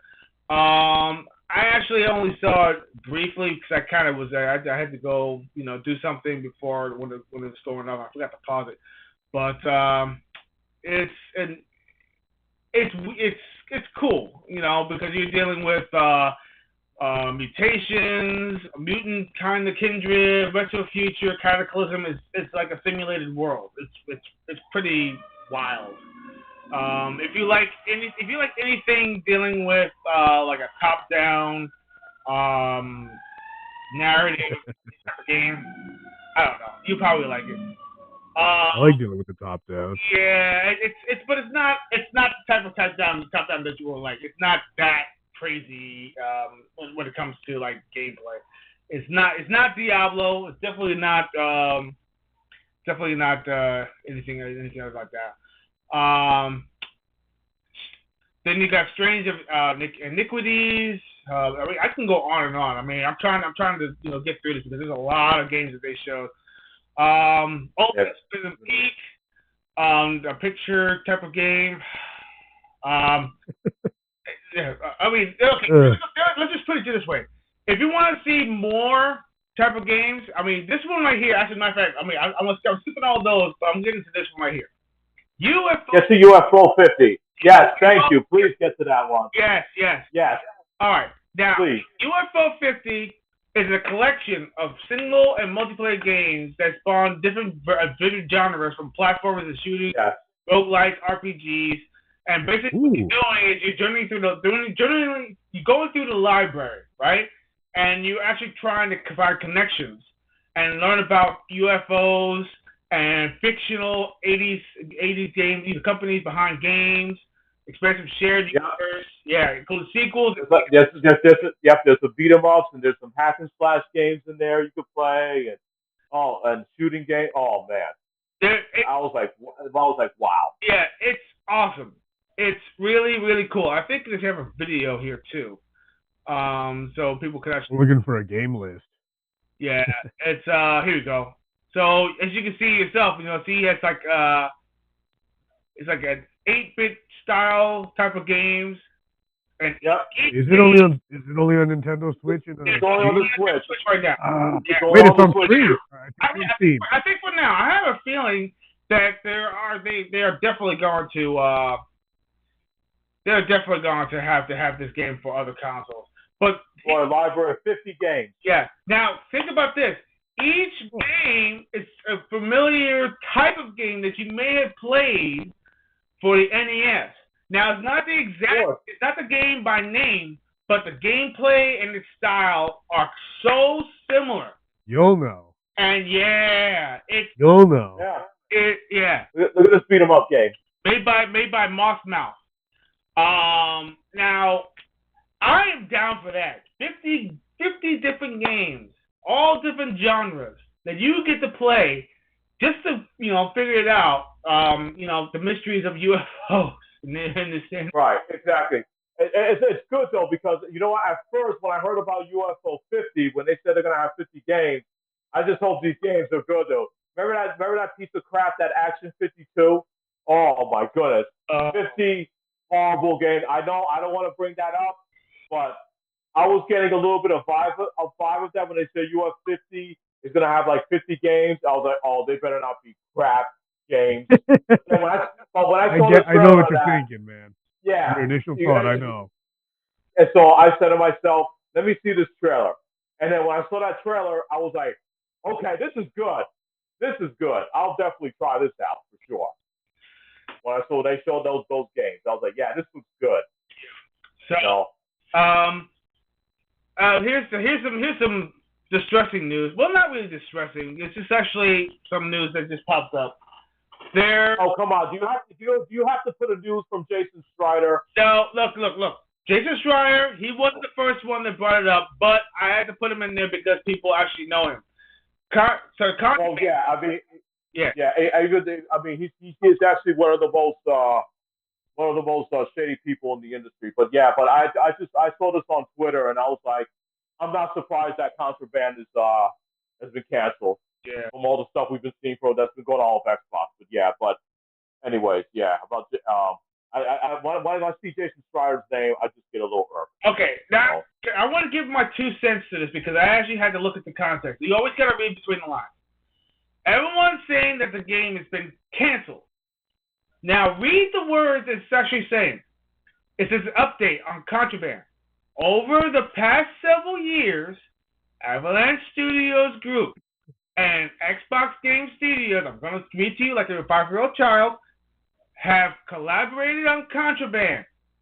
Active development has now stopped while we evaluate the project's future. Now, read the words in context. Okay. It's not canceled.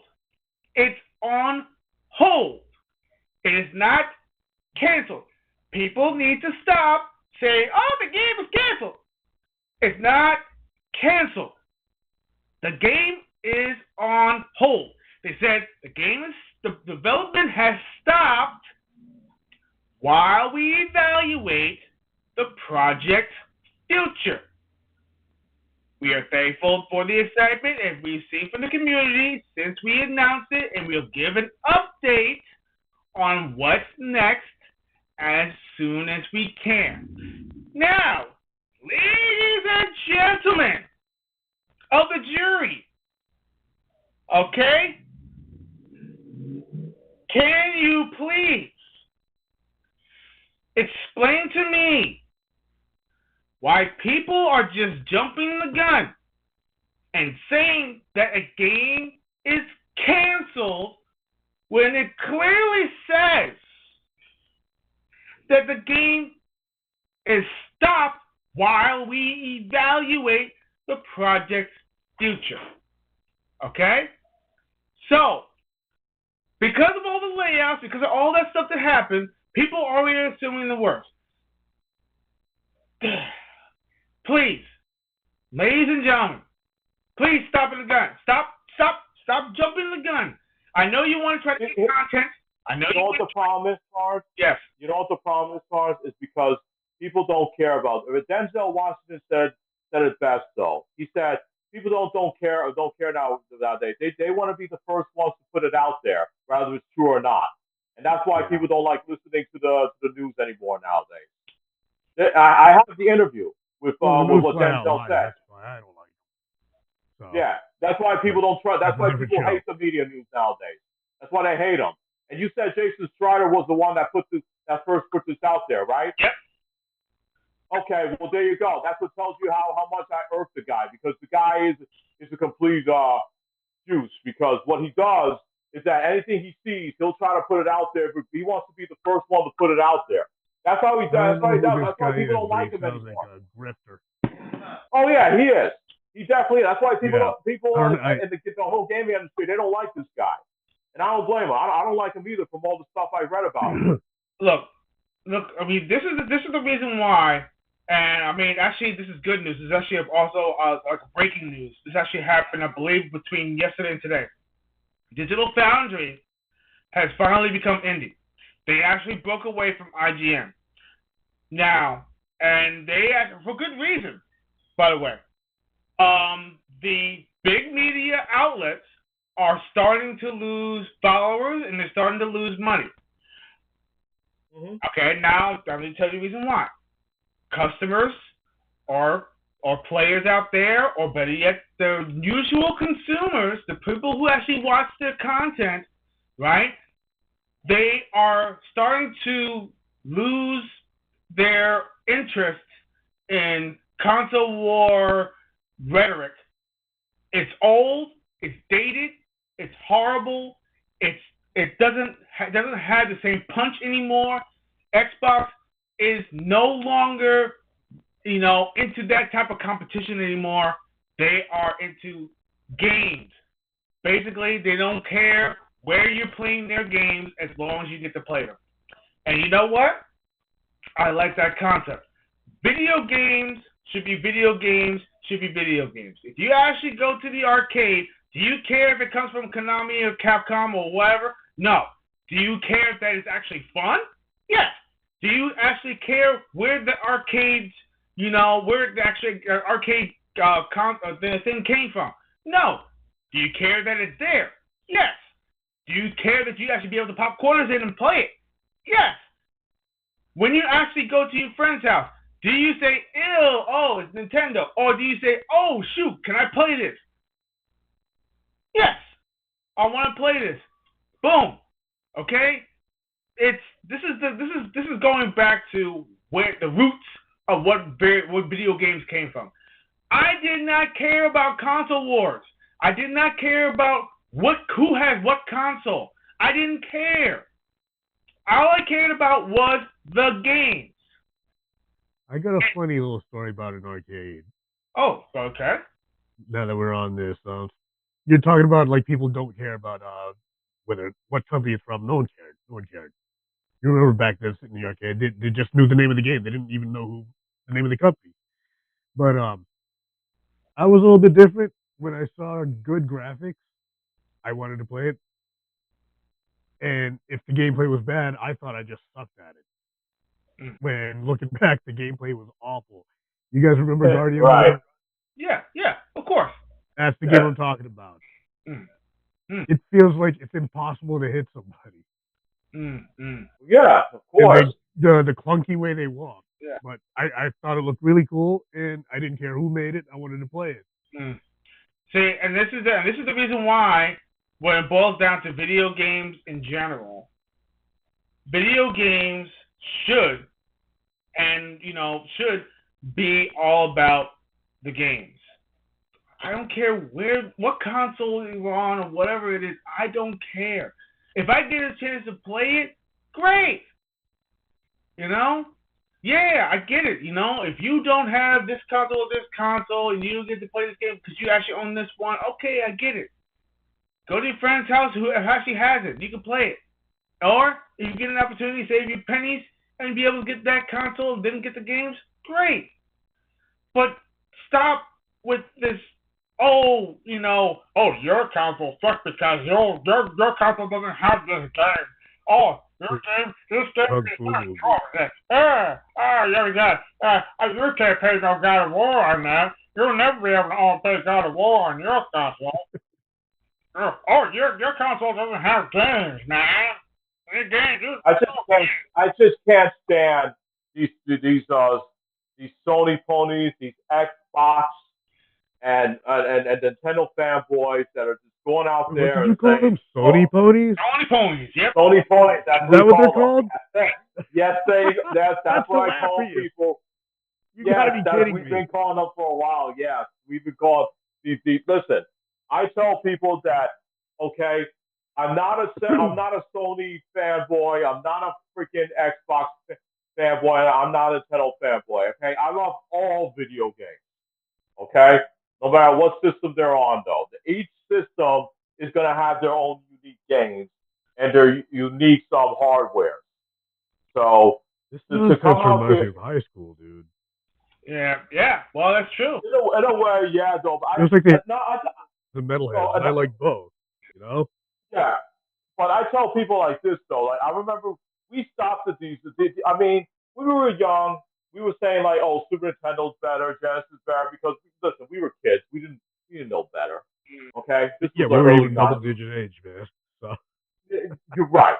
But then when I got to high school, if one of my friends had a Saturn or a PlayStation or a Dreamcast or N64, it didn't matter because there was always going to be fun games to play. I mean, I remember when I went on my school trip though. We went down to Washington D.C. for a course trip. one of my friends, he brought his N64. Then one guy brought his PlayStation. We hooked them up. We hooked them up to the hotel rooms, and then you want to play N64, you want to play Mario Kart 64, go play in his house. You want to play some Tekken or Barrier Social, then you go to this guy's room. That's it.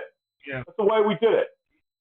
So I know we're digressing, but the point is that Digital Foundry finally has broken away from all that nonsense, and they are finally independent, and they can be able to do things the way that they want to. And basically, Digital Foundry used to do all these comparison videos and stuff like that. No, they're more of the technical side of gaming. And you know what? And that's what they like to do. They love that. And that's what they want to do. But they don't want to do it in such a way, in a thing where it actually has to fit some kind of narrative. They don't want to do that anymore. And they're finally going to go back to their roots. And I feel good for them. I really, really do. And I hope the best for all the crew of Digital Foundry. And I hope that their footing is fantastic, and I hope their future is fruitful. But getting into that kind of note, let's talk about what our subject is that everyone has been waiting for. Original games versus the remasters. All right. Everyone knows that a lot of companies have been doing this lately.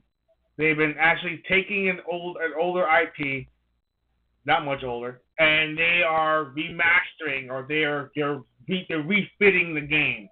They're cleaning up the graphics. The music has been cleaned up, and everything about that, and a little bit quality of life features that they actually added, maybe better controls, maybe like whatever they might want to do. But there are some games that completely miss the mark when it comes to that. Why?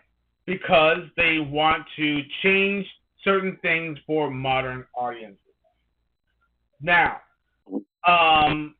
there are a lot of examples that have happened lately.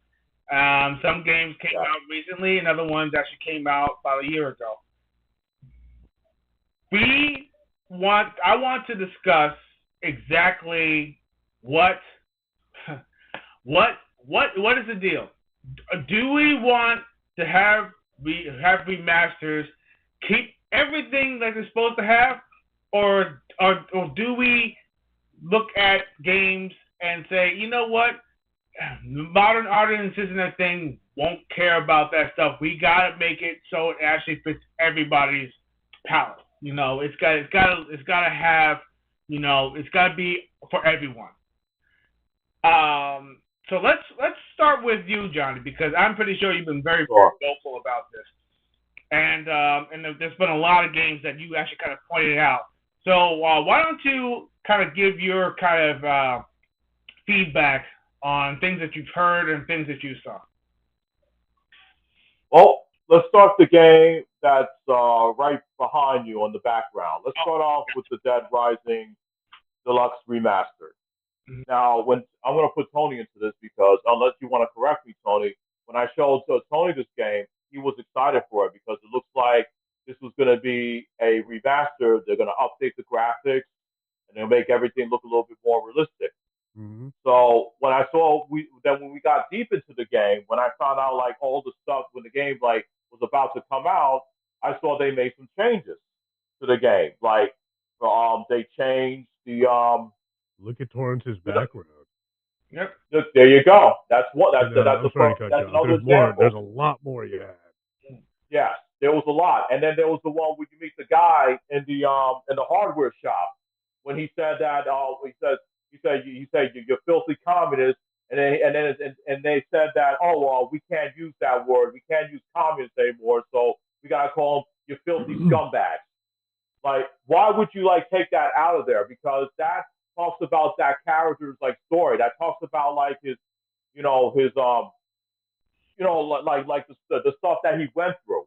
Like that's completely out of that's like completely out of place. So it doesn't make any sense that you're changing these words and you're changing the dialogue. And on another note is that when you're taking like let's say if you in the original Dead Rising game, you take pictures like say if you take like sexy pictures and stuff like that, you get exotic points for that. Well, in this version, they took that out.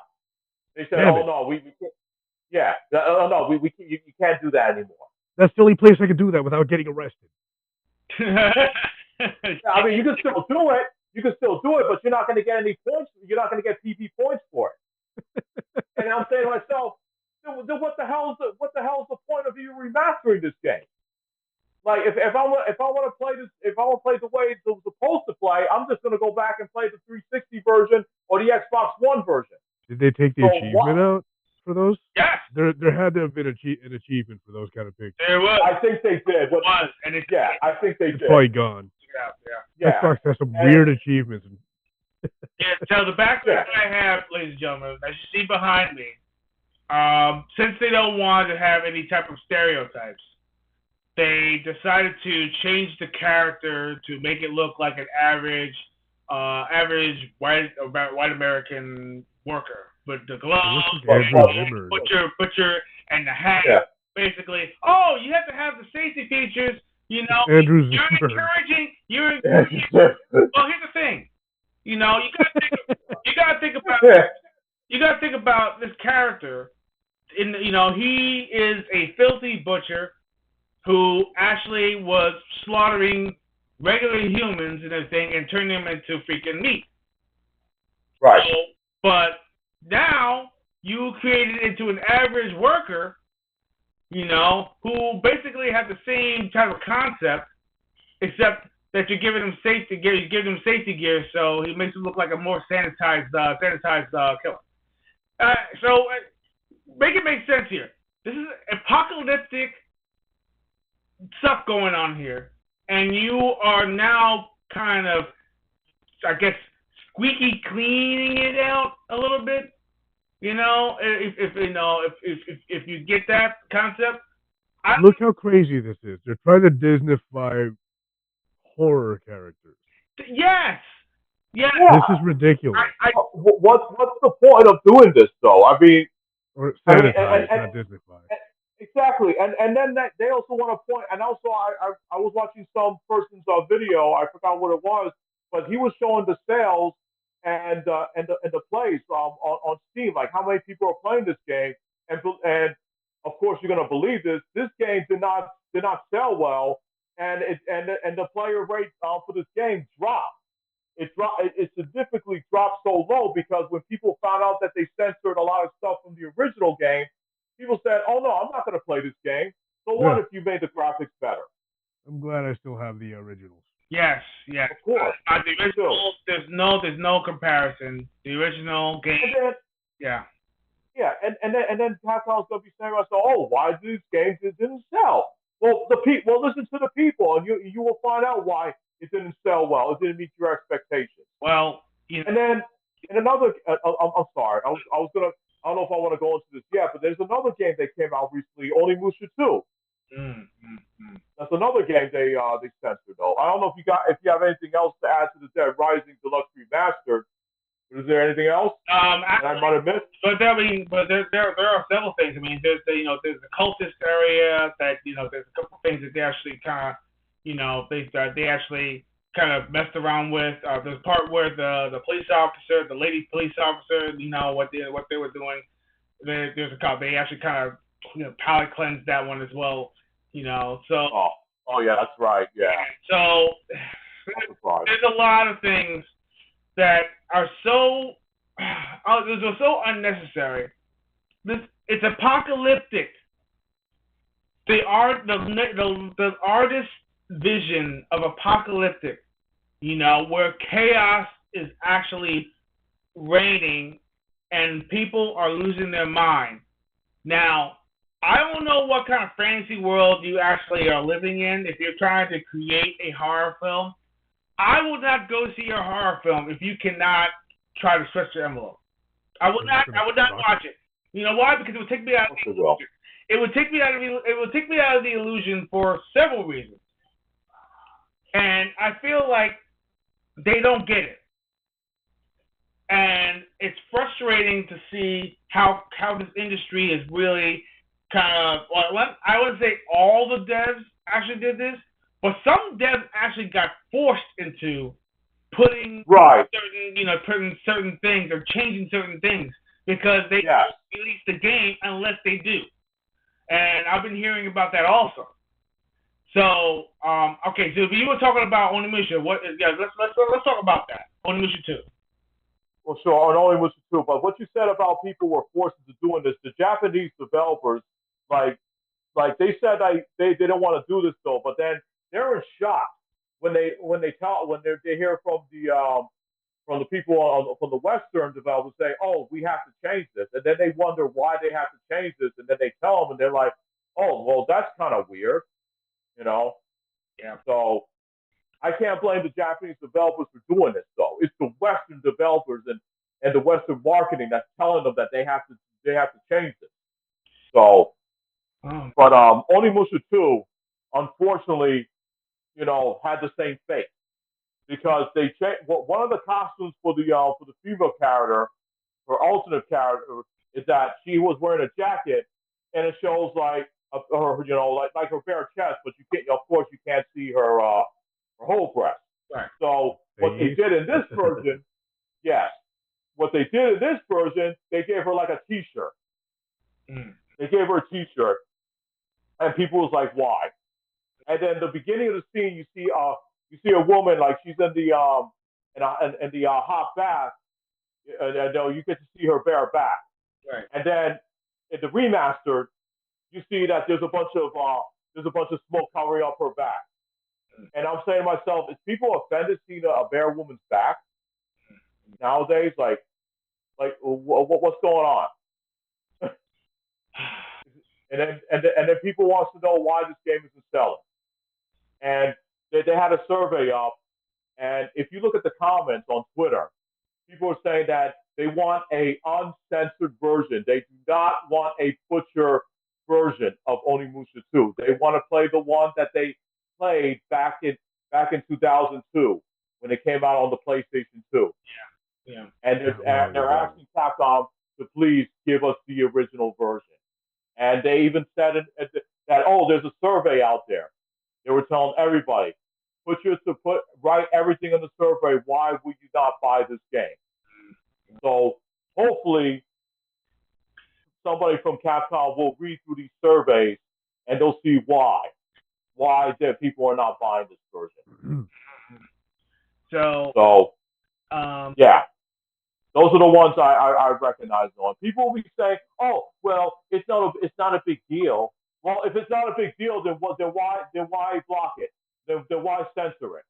If it isn't a big deal, yeah, it doesn't make any sense to me. Just leave it the way it is. I mean, if you're gonna remaster a game, you want to make the graphics a little bit better. You know what they remind me of? This What's is like up? Lucas and Spielberg taking stuff out of Indiana Jones and Star Wars because it can be seen as offensive. Oh, wow, yes. They're the only filmmakers I could think of that do that. When they remaster other movies, especially older movies from, like, say, the 40s, 50s, whatever. When they get the remaster, do they change the script? Do they take stuff out? Do they add stuff now? No. Leave it alone. Stick to the damn script. And you saw my vote on that. Yes. Oh, speaking of which, that's why this is ridiculous to me. Speaking of on that voting kick, they I think I got the results. And as we put it on there, I mean, this thing is actually taking the sweet ass time. They're gonna remaster Scarface and take all the good parts out. Same with Braveheart. Let's remaster Braveheart. Oh, completely ignore the Longshanks character. They're just gonna take out Longshanks. You can't. That's what they're doing here. You can't call them Indians. You have to call you can't call. You can't do that. You can't kill them like that. No, you can't do that. They're offensive to their people. I mean, Yeah. goodness gracious, and everything. I know Native Americans and everything. They talk to them. I talk to them. I'm like, do you find that offensive? They're like, no, dude. I mean, it's like these games are like the TV edit.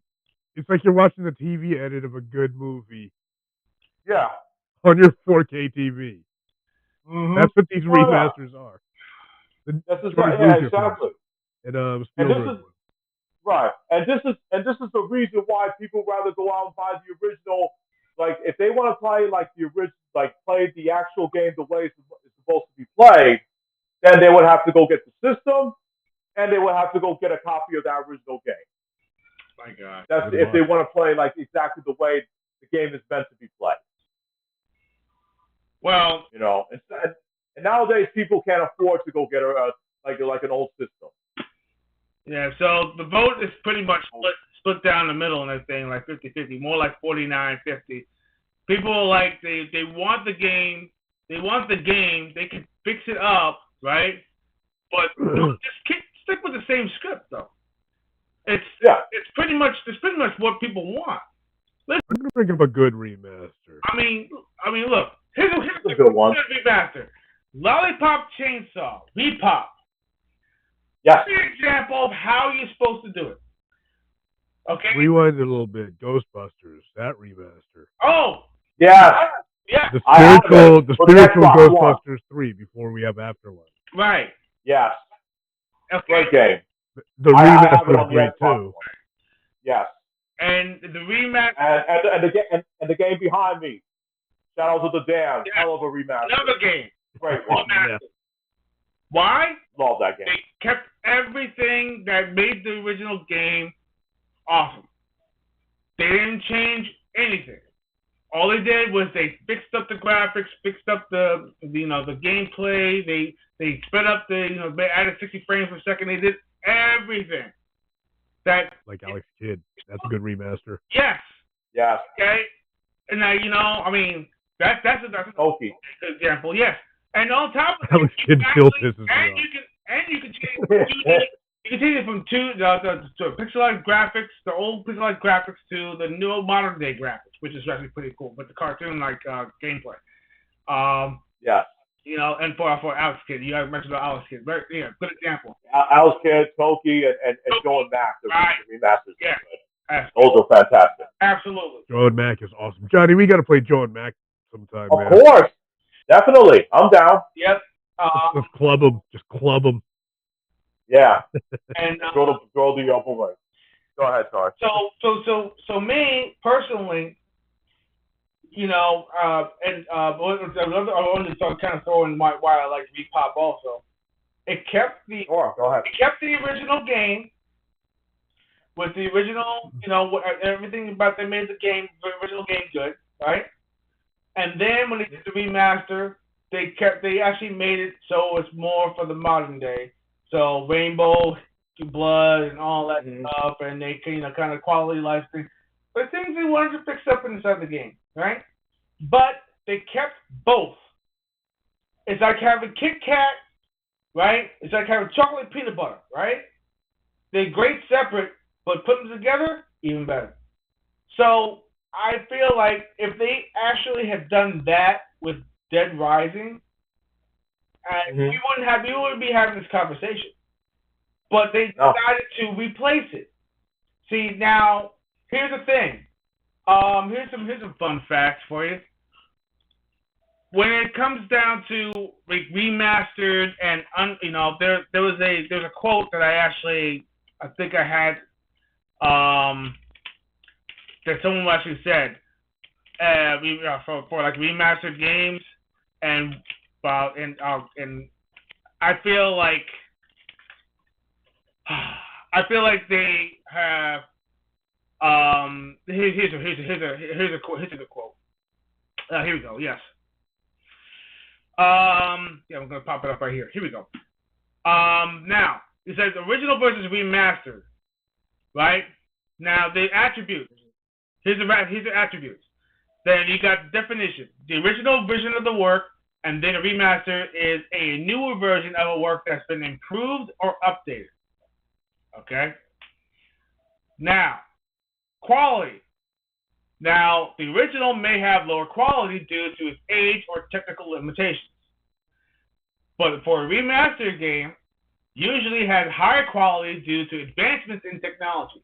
Now, these are good things, right? Now, further detail. Sound. You gotta consider the sound. Sometimes the sound effects on the thing might be tinny, or outdated because of the sound quality or whatever it is. Maybe they updated with like the Dolby surround sound, the Dolby Atmos. They have not that kind of technology. Clean it up a little bit, right? So they remaster the music, make it better. That's okay, right? Gameplay, same thing. Quality of life things, like certain things, like for instance, button delay. A game actually, like for instance, like for some odd reason, like when you try to press forward, your character doesn't move until like 2 frames later. Things like that. Quality milliseconds are everything. Yeah, or better. That's because of milliseconds. Or better mapping of the controls. Right. Buttons obscure, like it doesn't really make any sense, but they actually improved it so it actually makes it easier, so you can be able to get to your maps, be able to get to your weapons, get to your whatever. Those kind of things. That's more options. Yeah, more options. Better. Okay, that's good. And then legacy. Now you gotta think about here's where it gets dicey. Legacy, meaning leaving everything that made the original. That means the stories, the story hooks, the way that the story narrative goes, what the characters actually might have said is based off of what was going on at the time, what for characters to character development, all that stuff. Right. All that stuff, right? That's legacy. Remastered, they will change based off of the times that they're in, which is where the problem lies. They're actually changing it to modern times to make it more palatable for modern audiences, which I get it, but the problem is that you're taking the charm or something that actually might have made the game, make the narrative kind of go along, right? They took that out and they're replacing it to make it more palatable for the new audiences that that probably doesn't have a clue what the old stuff is. They might not even get an opportunity to. The game is old technology, maybe because the console no longer exists anymore, or you can't purchase it because it's so high in inflation when it comes to cost, or from collectors' views, they inflated prices. These things it's such a travesty. So now customers or to certain players out there, they don't even know what the original's like. Here's another example. It's not really a remaster. It's more of a remake. Castle of Illusion, starring Mickey Mouse. You saw that in my preview. Video. It looks pretty, though. Right? It looks beautiful, right? It looks nice. It's pretty. It does. It does. Yeah. So that is considered more of a remake than a remaster. The concept is the same, but things have been changed. There's a lot of things have been changed. So that's where the line kind of gets drawn, because when you have a remaster, you're literally turning it into a remake instead of a remaster. Remasters, versions of games, should not change anything. Remake games that are completely broken down from the ground up, you will actually be able to get around changing things or changing narrative, whatever it is. Like Resident Evil 2 remake, right. Resident Evil 3 remake, and Resident Evil 4. Right. So this is where the problem lies. So you are literally lying to the customers now, because the game is not a remake anymore, a remaster anymore. It's a remake. It is a remake now because you are changing something. You are changing something completely. You know? That's not quality of life stuff like graphics and music or whatever. It's everything else. So help me with this. I don't understand why they actually would start to say, hey, okay, well, this doesn't work in there, so we gotta take that out. Oh, this doesn't work in here, so this doesn't take out. Oh, it's almost like taking things out of a book. You watch. If you're a fan of J.R. Tolkien, if you like Lord of the Rings, right? You sit right there, and let's just say they have the whole entire Lord of the Rings saga, and then they decide, oh, you know what? Let's not make the orcs, the enemy anymore. Let's make them become friends. Let's make them learn how to bake. They won't do anything to the hobbits anymore. Does that make sense? No. It won't. It will not make it what it is. The lore will be completely changed. You gotta back up a bit, man. This whole original versus remaster thing, and you've been on this point about making it palatable for the masses, right? Right. What bothers me about your specific one that you have as a background, they're trying to make a murderous psychopath palatable. Yes. Yeah. Yes. That's why this is so ridiculous to me. This particular version, like this specific subject. Yeah. It's ridiculous. This is where politics kind of it eps its way into entertainment. Politics eps its way into entertainment. I hate talking about politics. I really do. We all do. I hate it. Utterly despise it. Hate it. I hate it myself, man. But here's the thing. They are trying to ep their way or itch their way into a medium that is made for entertainment purposes. Fantasy purposes. Fantasy. Okay? Not reality. Gotta get their influence in everywhere. Not reality. Yeah. Fantasy. Okay? We don't want real life in our games. We want games. They're an escape. And that's why we play them. Life. We want fantasy. We're taking a break. We want to escape the real world while we play these games. They're afraid that we're going to be brainwashed, like we're going to be desensitized.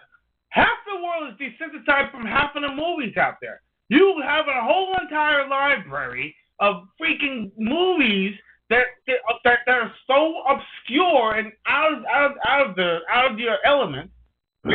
Hell, some of the movies they're bringing out again has a disclaimer in the beginning of their movies.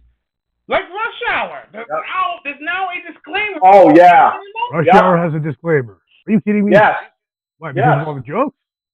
That was hilarious. Yeah, and also, I want to bring this up, though, even though this is about games, but they were going to release a 4K remaster of Crocodile Dundee, and they were going to take out the scene. Yes, they were going to take out that scene where he checks to see if it was a man or yeah, I heard that scene. You know that scene I'm talking about. It's still funny, yes. You're talking about. Yes, they were planning to take out that scene for the remaster for the 4K, and this is why people right now are getting the other version that came out before that. They want to make sure they get the original copy because nobody wants to buy that 4K remaster. Disney movies have been doing the same thing too. They'll take the original version, like for instance, there's a part in that thing in Lilo and Stitch where the little girl in that thing actually went into a dryer, right? And they actually now it's an end table with a pizza box. Now they changed it to exactly. So then and the things like that.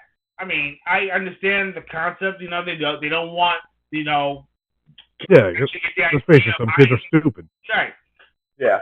But come on. I mean, look, that's just fact. Some kids are stupid. Just like, right. So my point I'm getting at is, you know, that I feel like the industry has really lost touch with entertainment values. Like, for instance, this is the reason why comedies, when it comes to comedy is not comedy anymore. It's like you can't do comedy. Comedy is satire. Comedy is satire. Well, you're comedy, but their comedy sucks. Right. You know, it's my comedy will get us tossed. It's satire. Oh, forget it. It's supposed to make fun of things that are going on. It's making fun. It's not like they're insulting people. The insulting partner thing is it's like, oh, well, what I'm doing is I'm just gesturing along the subject. It's a good coping mechanism too for when you're going through a bad time. That's why people love comedy. Exactly. Right. Exactly. People want to see comedy nowadays, like that. The Naked Gun reboot that I saw recently. I was like, yes, this is the kind of comedy I want to see nowadays. But we don't get that anymore. It's very rare. You know, there's a problem when the cleanest comics like Jerry Seinfeld are saying comedy is too, bland now because of these reasons. Right. Yeah. Jerry Seinfeld. Not edgy at all. Yeah. They really want to. If he says it's that bad. Yeah, but I think Mel Brooks had some comments on today's comedy too. Yeah. Comedy movies. Well, yeah. I'm pretty sure they neutered a lot of the things he wanted to do in the last. My gosh. His latest movies. There were some things. Oh, you mean History of the World Part 2? Oh, God. Yeah, I'm pretty sure they neutered a lot. They took out a lot that he wanted to originally put in there. I didn't even see History of the World Part 2, but I heard it sucked. And I don't blame him or the cast. I think it was the execs. They told them to take a bunch of stuff out that they don't want on. Yeah, they said always the execs. You can't do this. You can't do that. Just because you could do this back in 1980 doesn't mean that you could do this now. That's what I mean. They neutered it. They neutered everything. Yeah, that's why I'm not excited for Spaceballs Part 2, and I hope you guys understand why I'm not really excited for it because of the stuff that I've seen as of late. I understand now. I understand your concern. I was kind of excited, but then I started thinking, wait a minute, hold on a second. Thinking about the times that we're in. Thinking about how people just sit right there and they bring out their pitchforks and freaking flasks out, and they're like, oh, you can't do that. You're ruining the lives of children nowadays. You can't do that. Listen, video games now, right? The art form that it is an art form, is the expression of the person who created it. Whether someone likes it or not, it's their vision. Now, corporations, they're worried about their return on investment, which is the reason why most of the games that are out always are doing something when you think about the money first and then you think about the fans or the consequences after. They don't think on the wavelength of, well, we're going to upset all the original people who actually played this game, but we could get the hundreds of millions of other customers, which is completely not going to happen.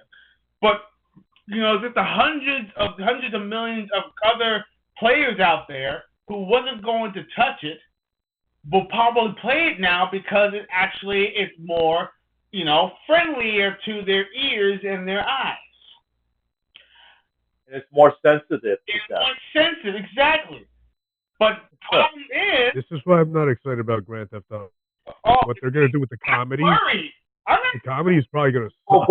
You see, here's another thing. I remember you were telling me that, I was telling you guys I wasn't excited for Grand Theft Auto 6 because I have a feeling, because remember, these are not the same people these are the people we have in Rockstar right now are not the same people that worked on Grand Theft Auto 3, Vice City, and Oh 4 of no, those other games. I don't think Laszlo's even involved anymore.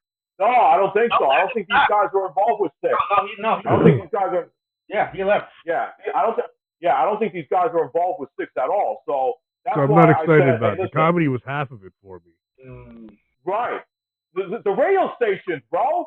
The radio stations were the Yeah, highlights. just of drive Grand Theft around Auto. listening to the radio stations will cause mischief. Hell yeah. Those are hilarious, man. I used to spend so much time listening to all those radio stations when I was playing Vice City. But I have a feeling that 6, they're gonna tone it down. I guarantee, and I will not be surprised. I would be like, hey, I told you so.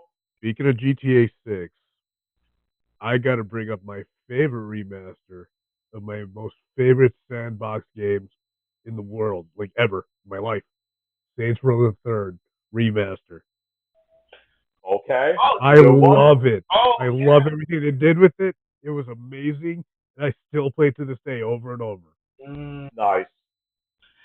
Oh man. Saints Row actually, I remember when the first Saints Row came out. Saints Row was so similar to Grand Theft Auto in a sense, but it was more like gang wars, almost like Colors. Yeah. It was so it was more like gang activity. wars.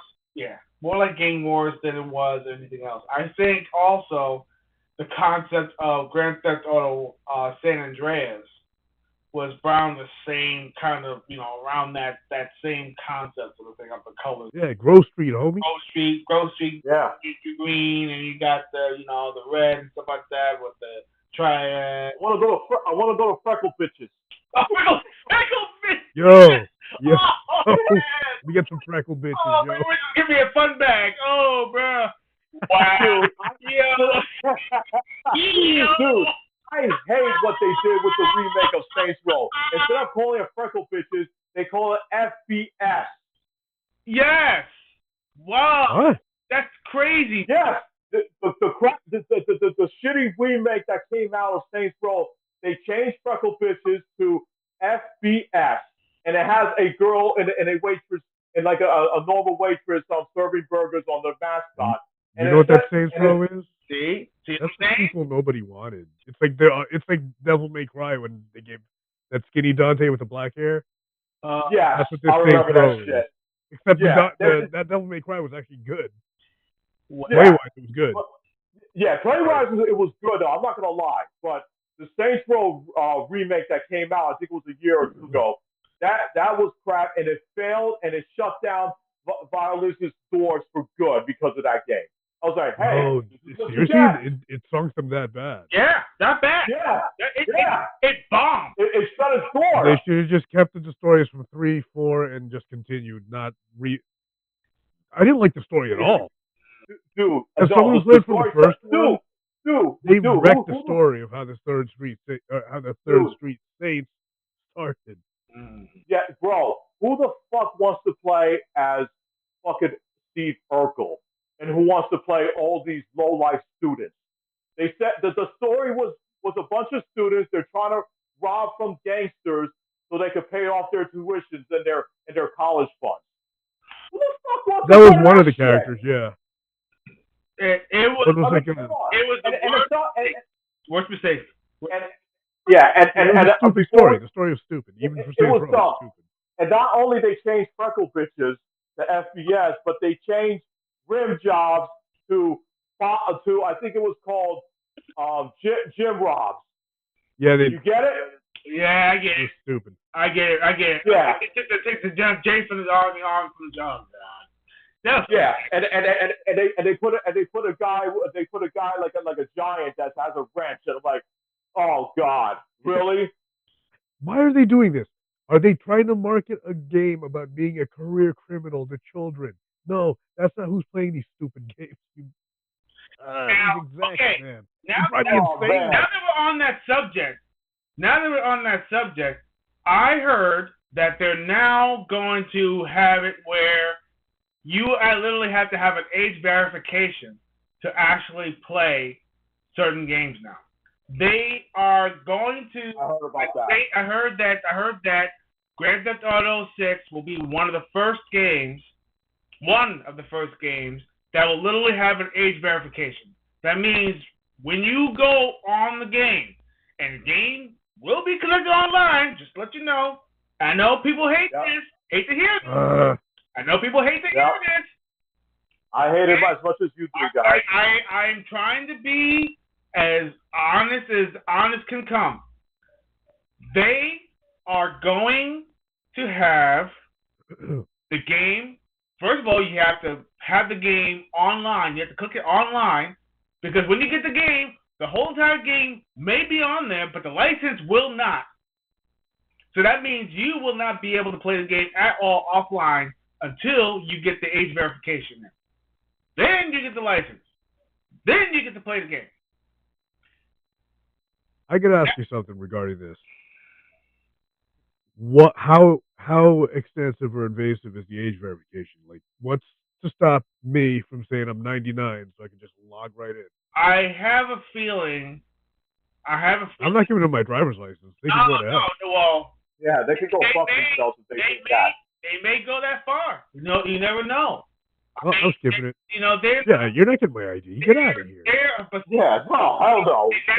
But see, this is what I'm saying. That's what I'm talking about. Grand Theft Auto 6 will be the make or break of the industry as we know it. Because Grand Theft Auto 5 was one of the most sold games of video game history. I mean, literally, it made history. Yeah. It's Guinness Book of World Records. 12 years old and people are still playing it. People are still playing. Yeah. Right. Now, fast forward to today. Grand Theft Auto 6 supposedly has that thing on its shoulder, has that record on their shoulders. If this game decides to come out and they actually have it to the point where they're not going to censor anything, but you will not be able to play the game unless you actually have a certain age verification. Well, I'm pretty sure they're going to find some loopholes. Somebody's going to find a loophole. But the principle. This is hilarious. But the principle. Laughable. How about you parent your kid? Make sure he's not playing it. That's all you got to do. Exactly. All you got to restrict everything. But see, that's a problem. Some parents are not parenting. Some parents. Well, that's on them. That's on them. Why is that the company's fault?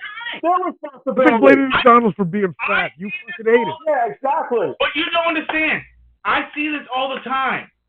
I see kids out there unsupervised, all that stuff right there. They don't know their asshole from their elbow. And then yet, parents. Why all these kids are so fucked up nowadays, because these parents don't know how to be parents. That's what I'm saying. That's what I mean. This is what parents were parented like that. That's messed up. I know. But see, the thing is, this is where it comes to the subject, which is the reason why now companies are starting to become the police. Some companies right now are starting to become the police, which is the reason why it's ruining exactly what we adults play, because they are convoluting and changing the industry just for the fact that they feel like we are not under control. We don't know how to behave ourselves. We don't know. We can't go to the store and choose an apple from an orange. Xbox Live wanted my ID. Okay? We can't choose between water and soda. This is exactly what is going on. And this is what I mean, where I feel like now politics are starting to edge its way into gaming. And this is a perfect example. Why original games are remasters? It's the same concept. They are trying to erase a history, and try to make people forget. So that way the new generation of people will become sterilized from all these things that supposedly they find dangerous or toxic for the future generation.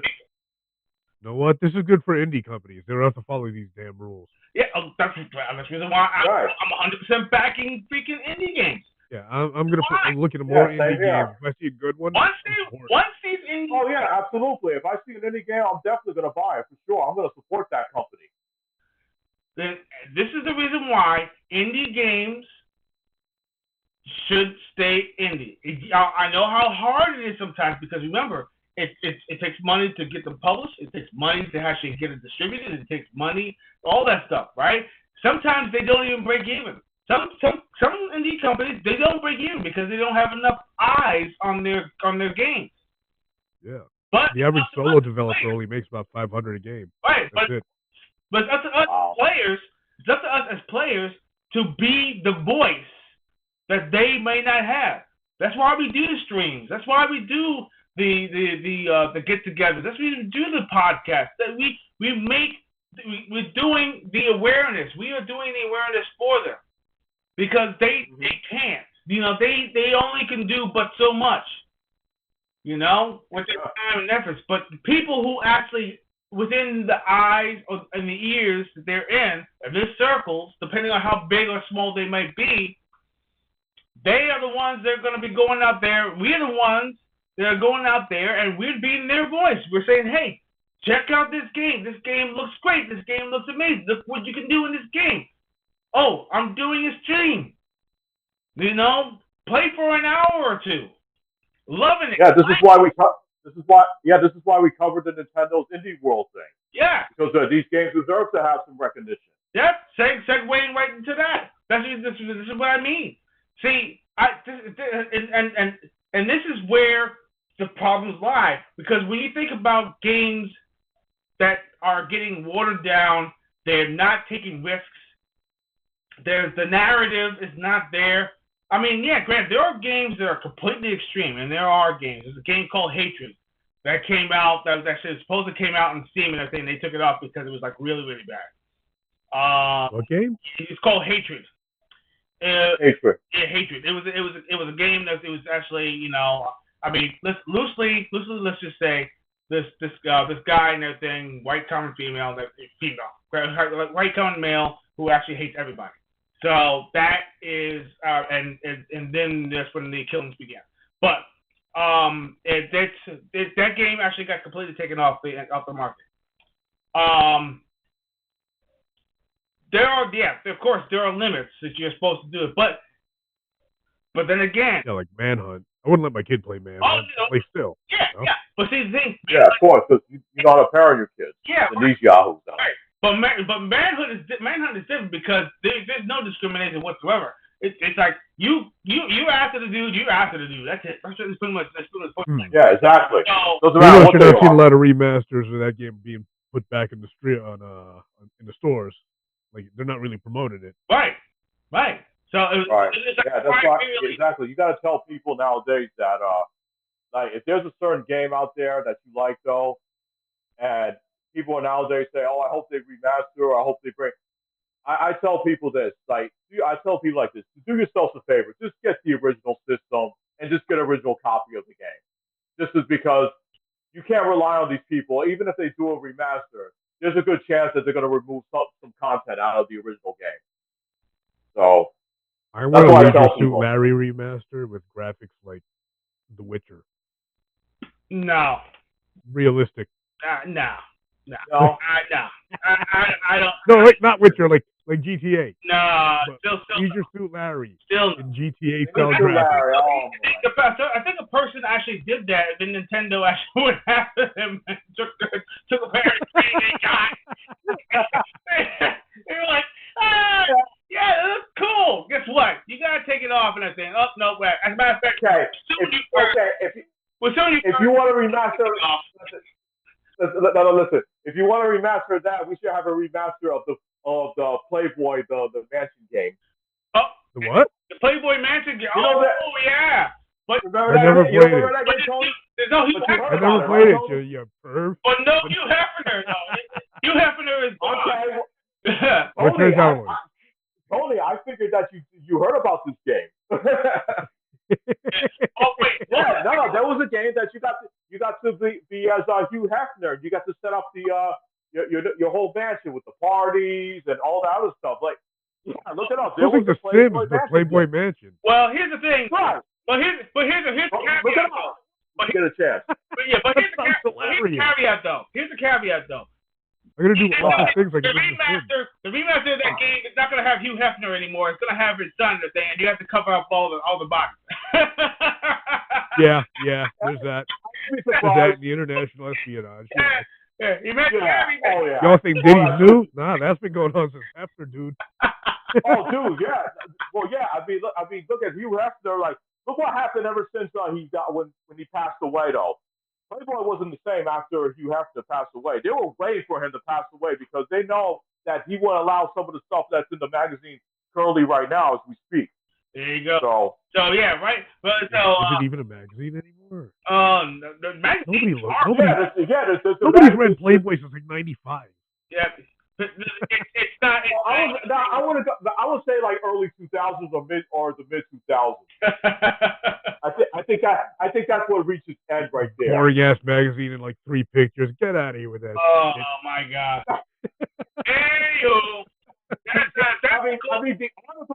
The articles and jokes were pretty funny back then. Yeah, back then. Even those are watered down now. Even those are more racy now. Oh my God. Anyway, last I checked. Ladies and gentlemen, that is the closing of our. I'm sorry.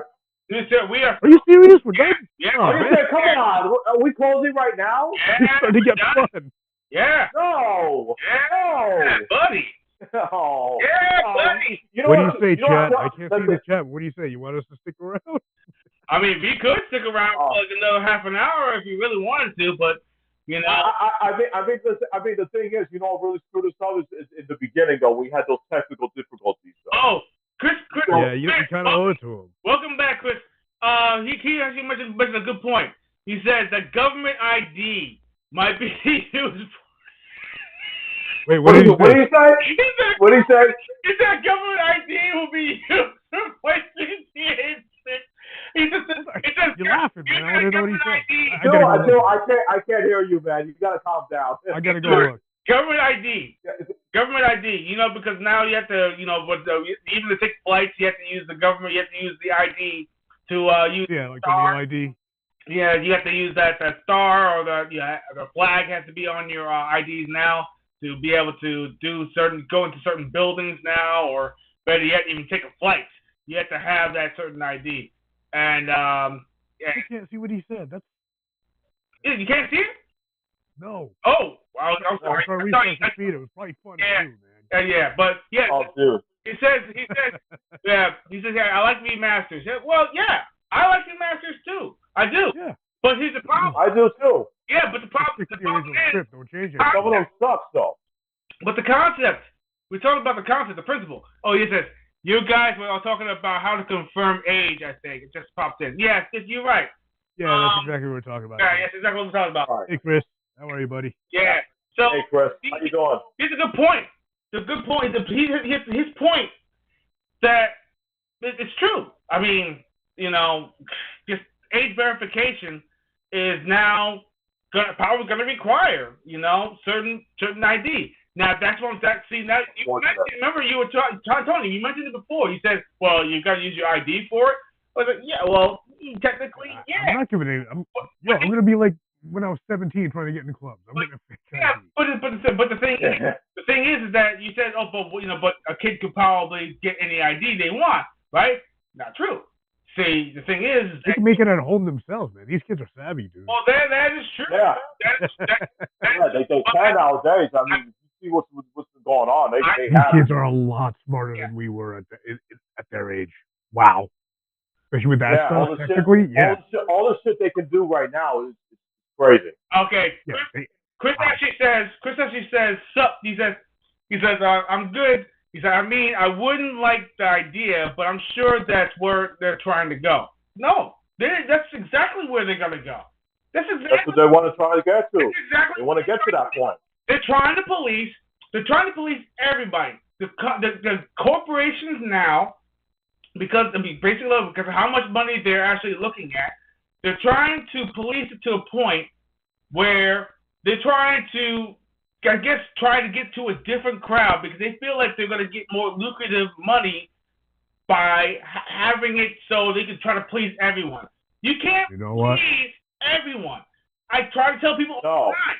You can't. I'm going to bring up a game that's this exact subject. Remember State of Emergency? Yeah. Oh my God, yes. If they keep pushing, that's what's going to happen. Wow. That's a throwback. Oh my God. That's almost like that game was fun, though. You know that game was fun.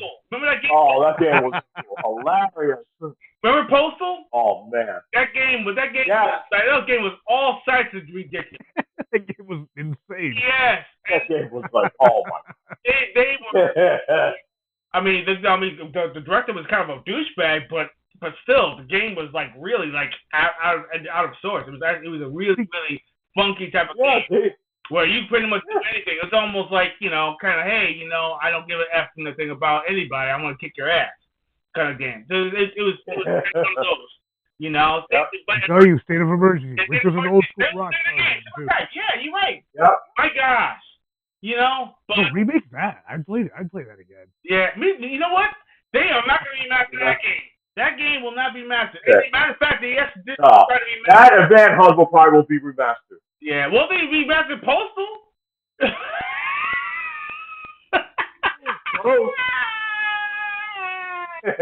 How about modern day graphics, Custer's Revenge? That game was. Oh my God! Even the remaster was horrible. I mean, pretty much the control and everything was so broken. Custer's Revenge. Somebody did. Somebody did it. There's some sick developer out there. Oh yeah, there has to be some perfect out there. There's one. There's at least one. Somebody. That's like a Newgrounds type of game. Yeah. Oh wow, Newgrounds. Now they had missed the Flash era of Newgrounds games.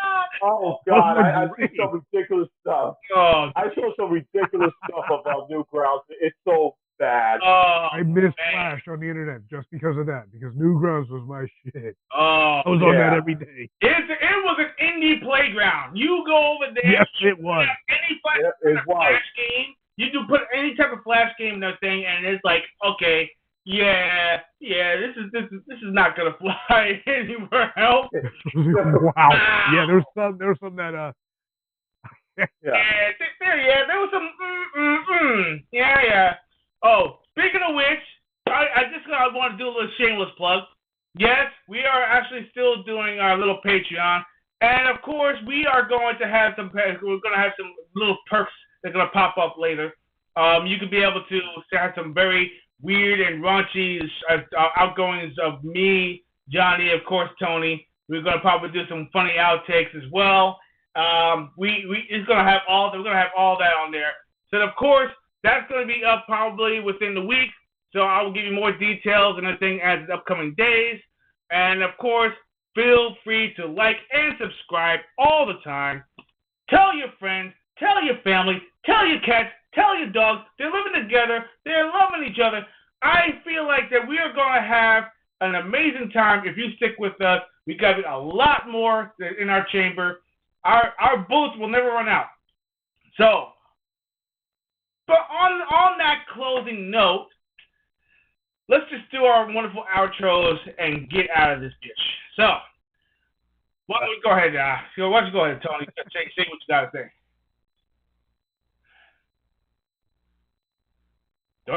Tony? Oh, I thought you said Johnny. No, Tony. That's Tony. It's you, buddy.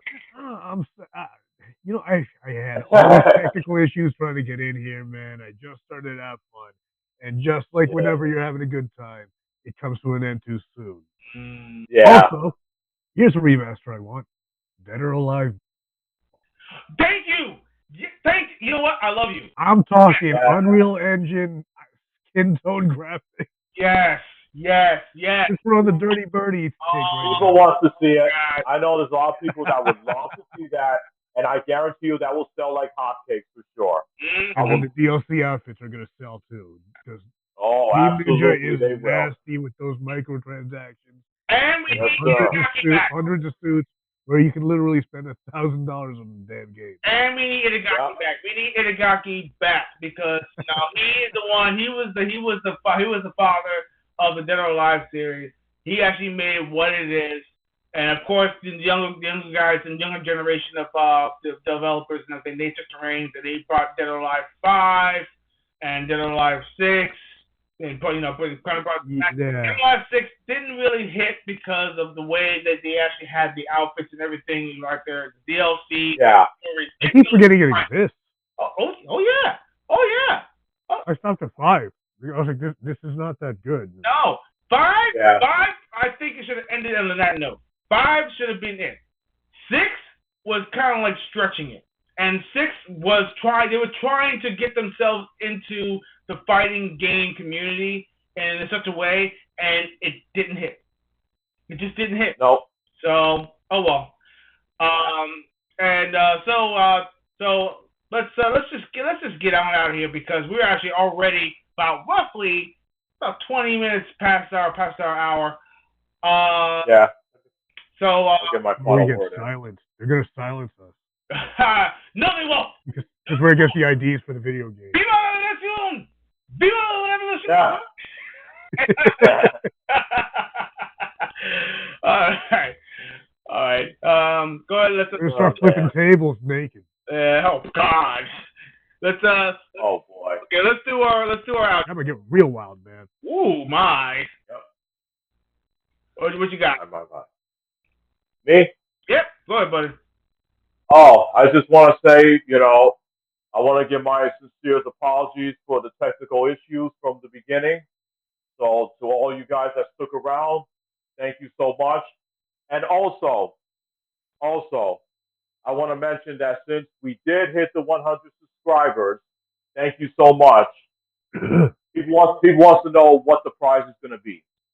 And the prize is going to be a digital copy of Shinobi Art of Vengeance. Ooh. So we're gonna giveaway. Nice. Yes. So what we're gonna do is we're gonna do like a random, and we're gonna put out the details later on, like sometime either during the week, and we'll go over the details and see how you can enter the contest. And to those who subscribe to us and who follows us, we'll do like an entry thing. We'll put everyone's name in there, and it'll be randomly selected. And then we'll let you know. We'll give you the day. We'll give you all the info. So we're gonna figure it all out. Because we're gonna make sure that I want to make sure that you guys get this. The winner of that prize will get the game before it gets released. So you get to play it on launch day. There you go. Okay, so ladies and gents, that's the awesome treat right there. A copy of Shinobi Art of Vengeance for the console of your choice. And we're going to do a randomized drawing, and we'll select the player. We're going to have all the details later in the week. So next Friday, hopefully by that time, we will have all those details already set. And then if you tune in on that Friday, we will do the drawing live on the show, and then we will announce the winner, and the winner will be coming home with the fantastic copy of Shinobi Art of Vengeance. If you haven't played the demo, play the demo now. It's available on PSN and Xbox right now, and I believe also on all over. I think for the Switch as well. Yeah, it's on the Nintendo Switch and it's on Steam as well. That's right, and Steam as well. So play the demo. Love the demo. The demo is amazing. And that's it for us. So once again, thank you all for joining us. We thank you for subscribing and of course following us this whole time. 100 subscribers. Next goal is going to be 150. We're actually going to hit that goal. Hopefully, we'll hit it before Christmas. It'll be amazing. So, on us, thank you once again. And if you want to, keep on playing, keep on leveling up, and we will see you next time on the next episode of Gaming Treble. Have a good night, everyone. Mahalo. Take care, players. Take care, players.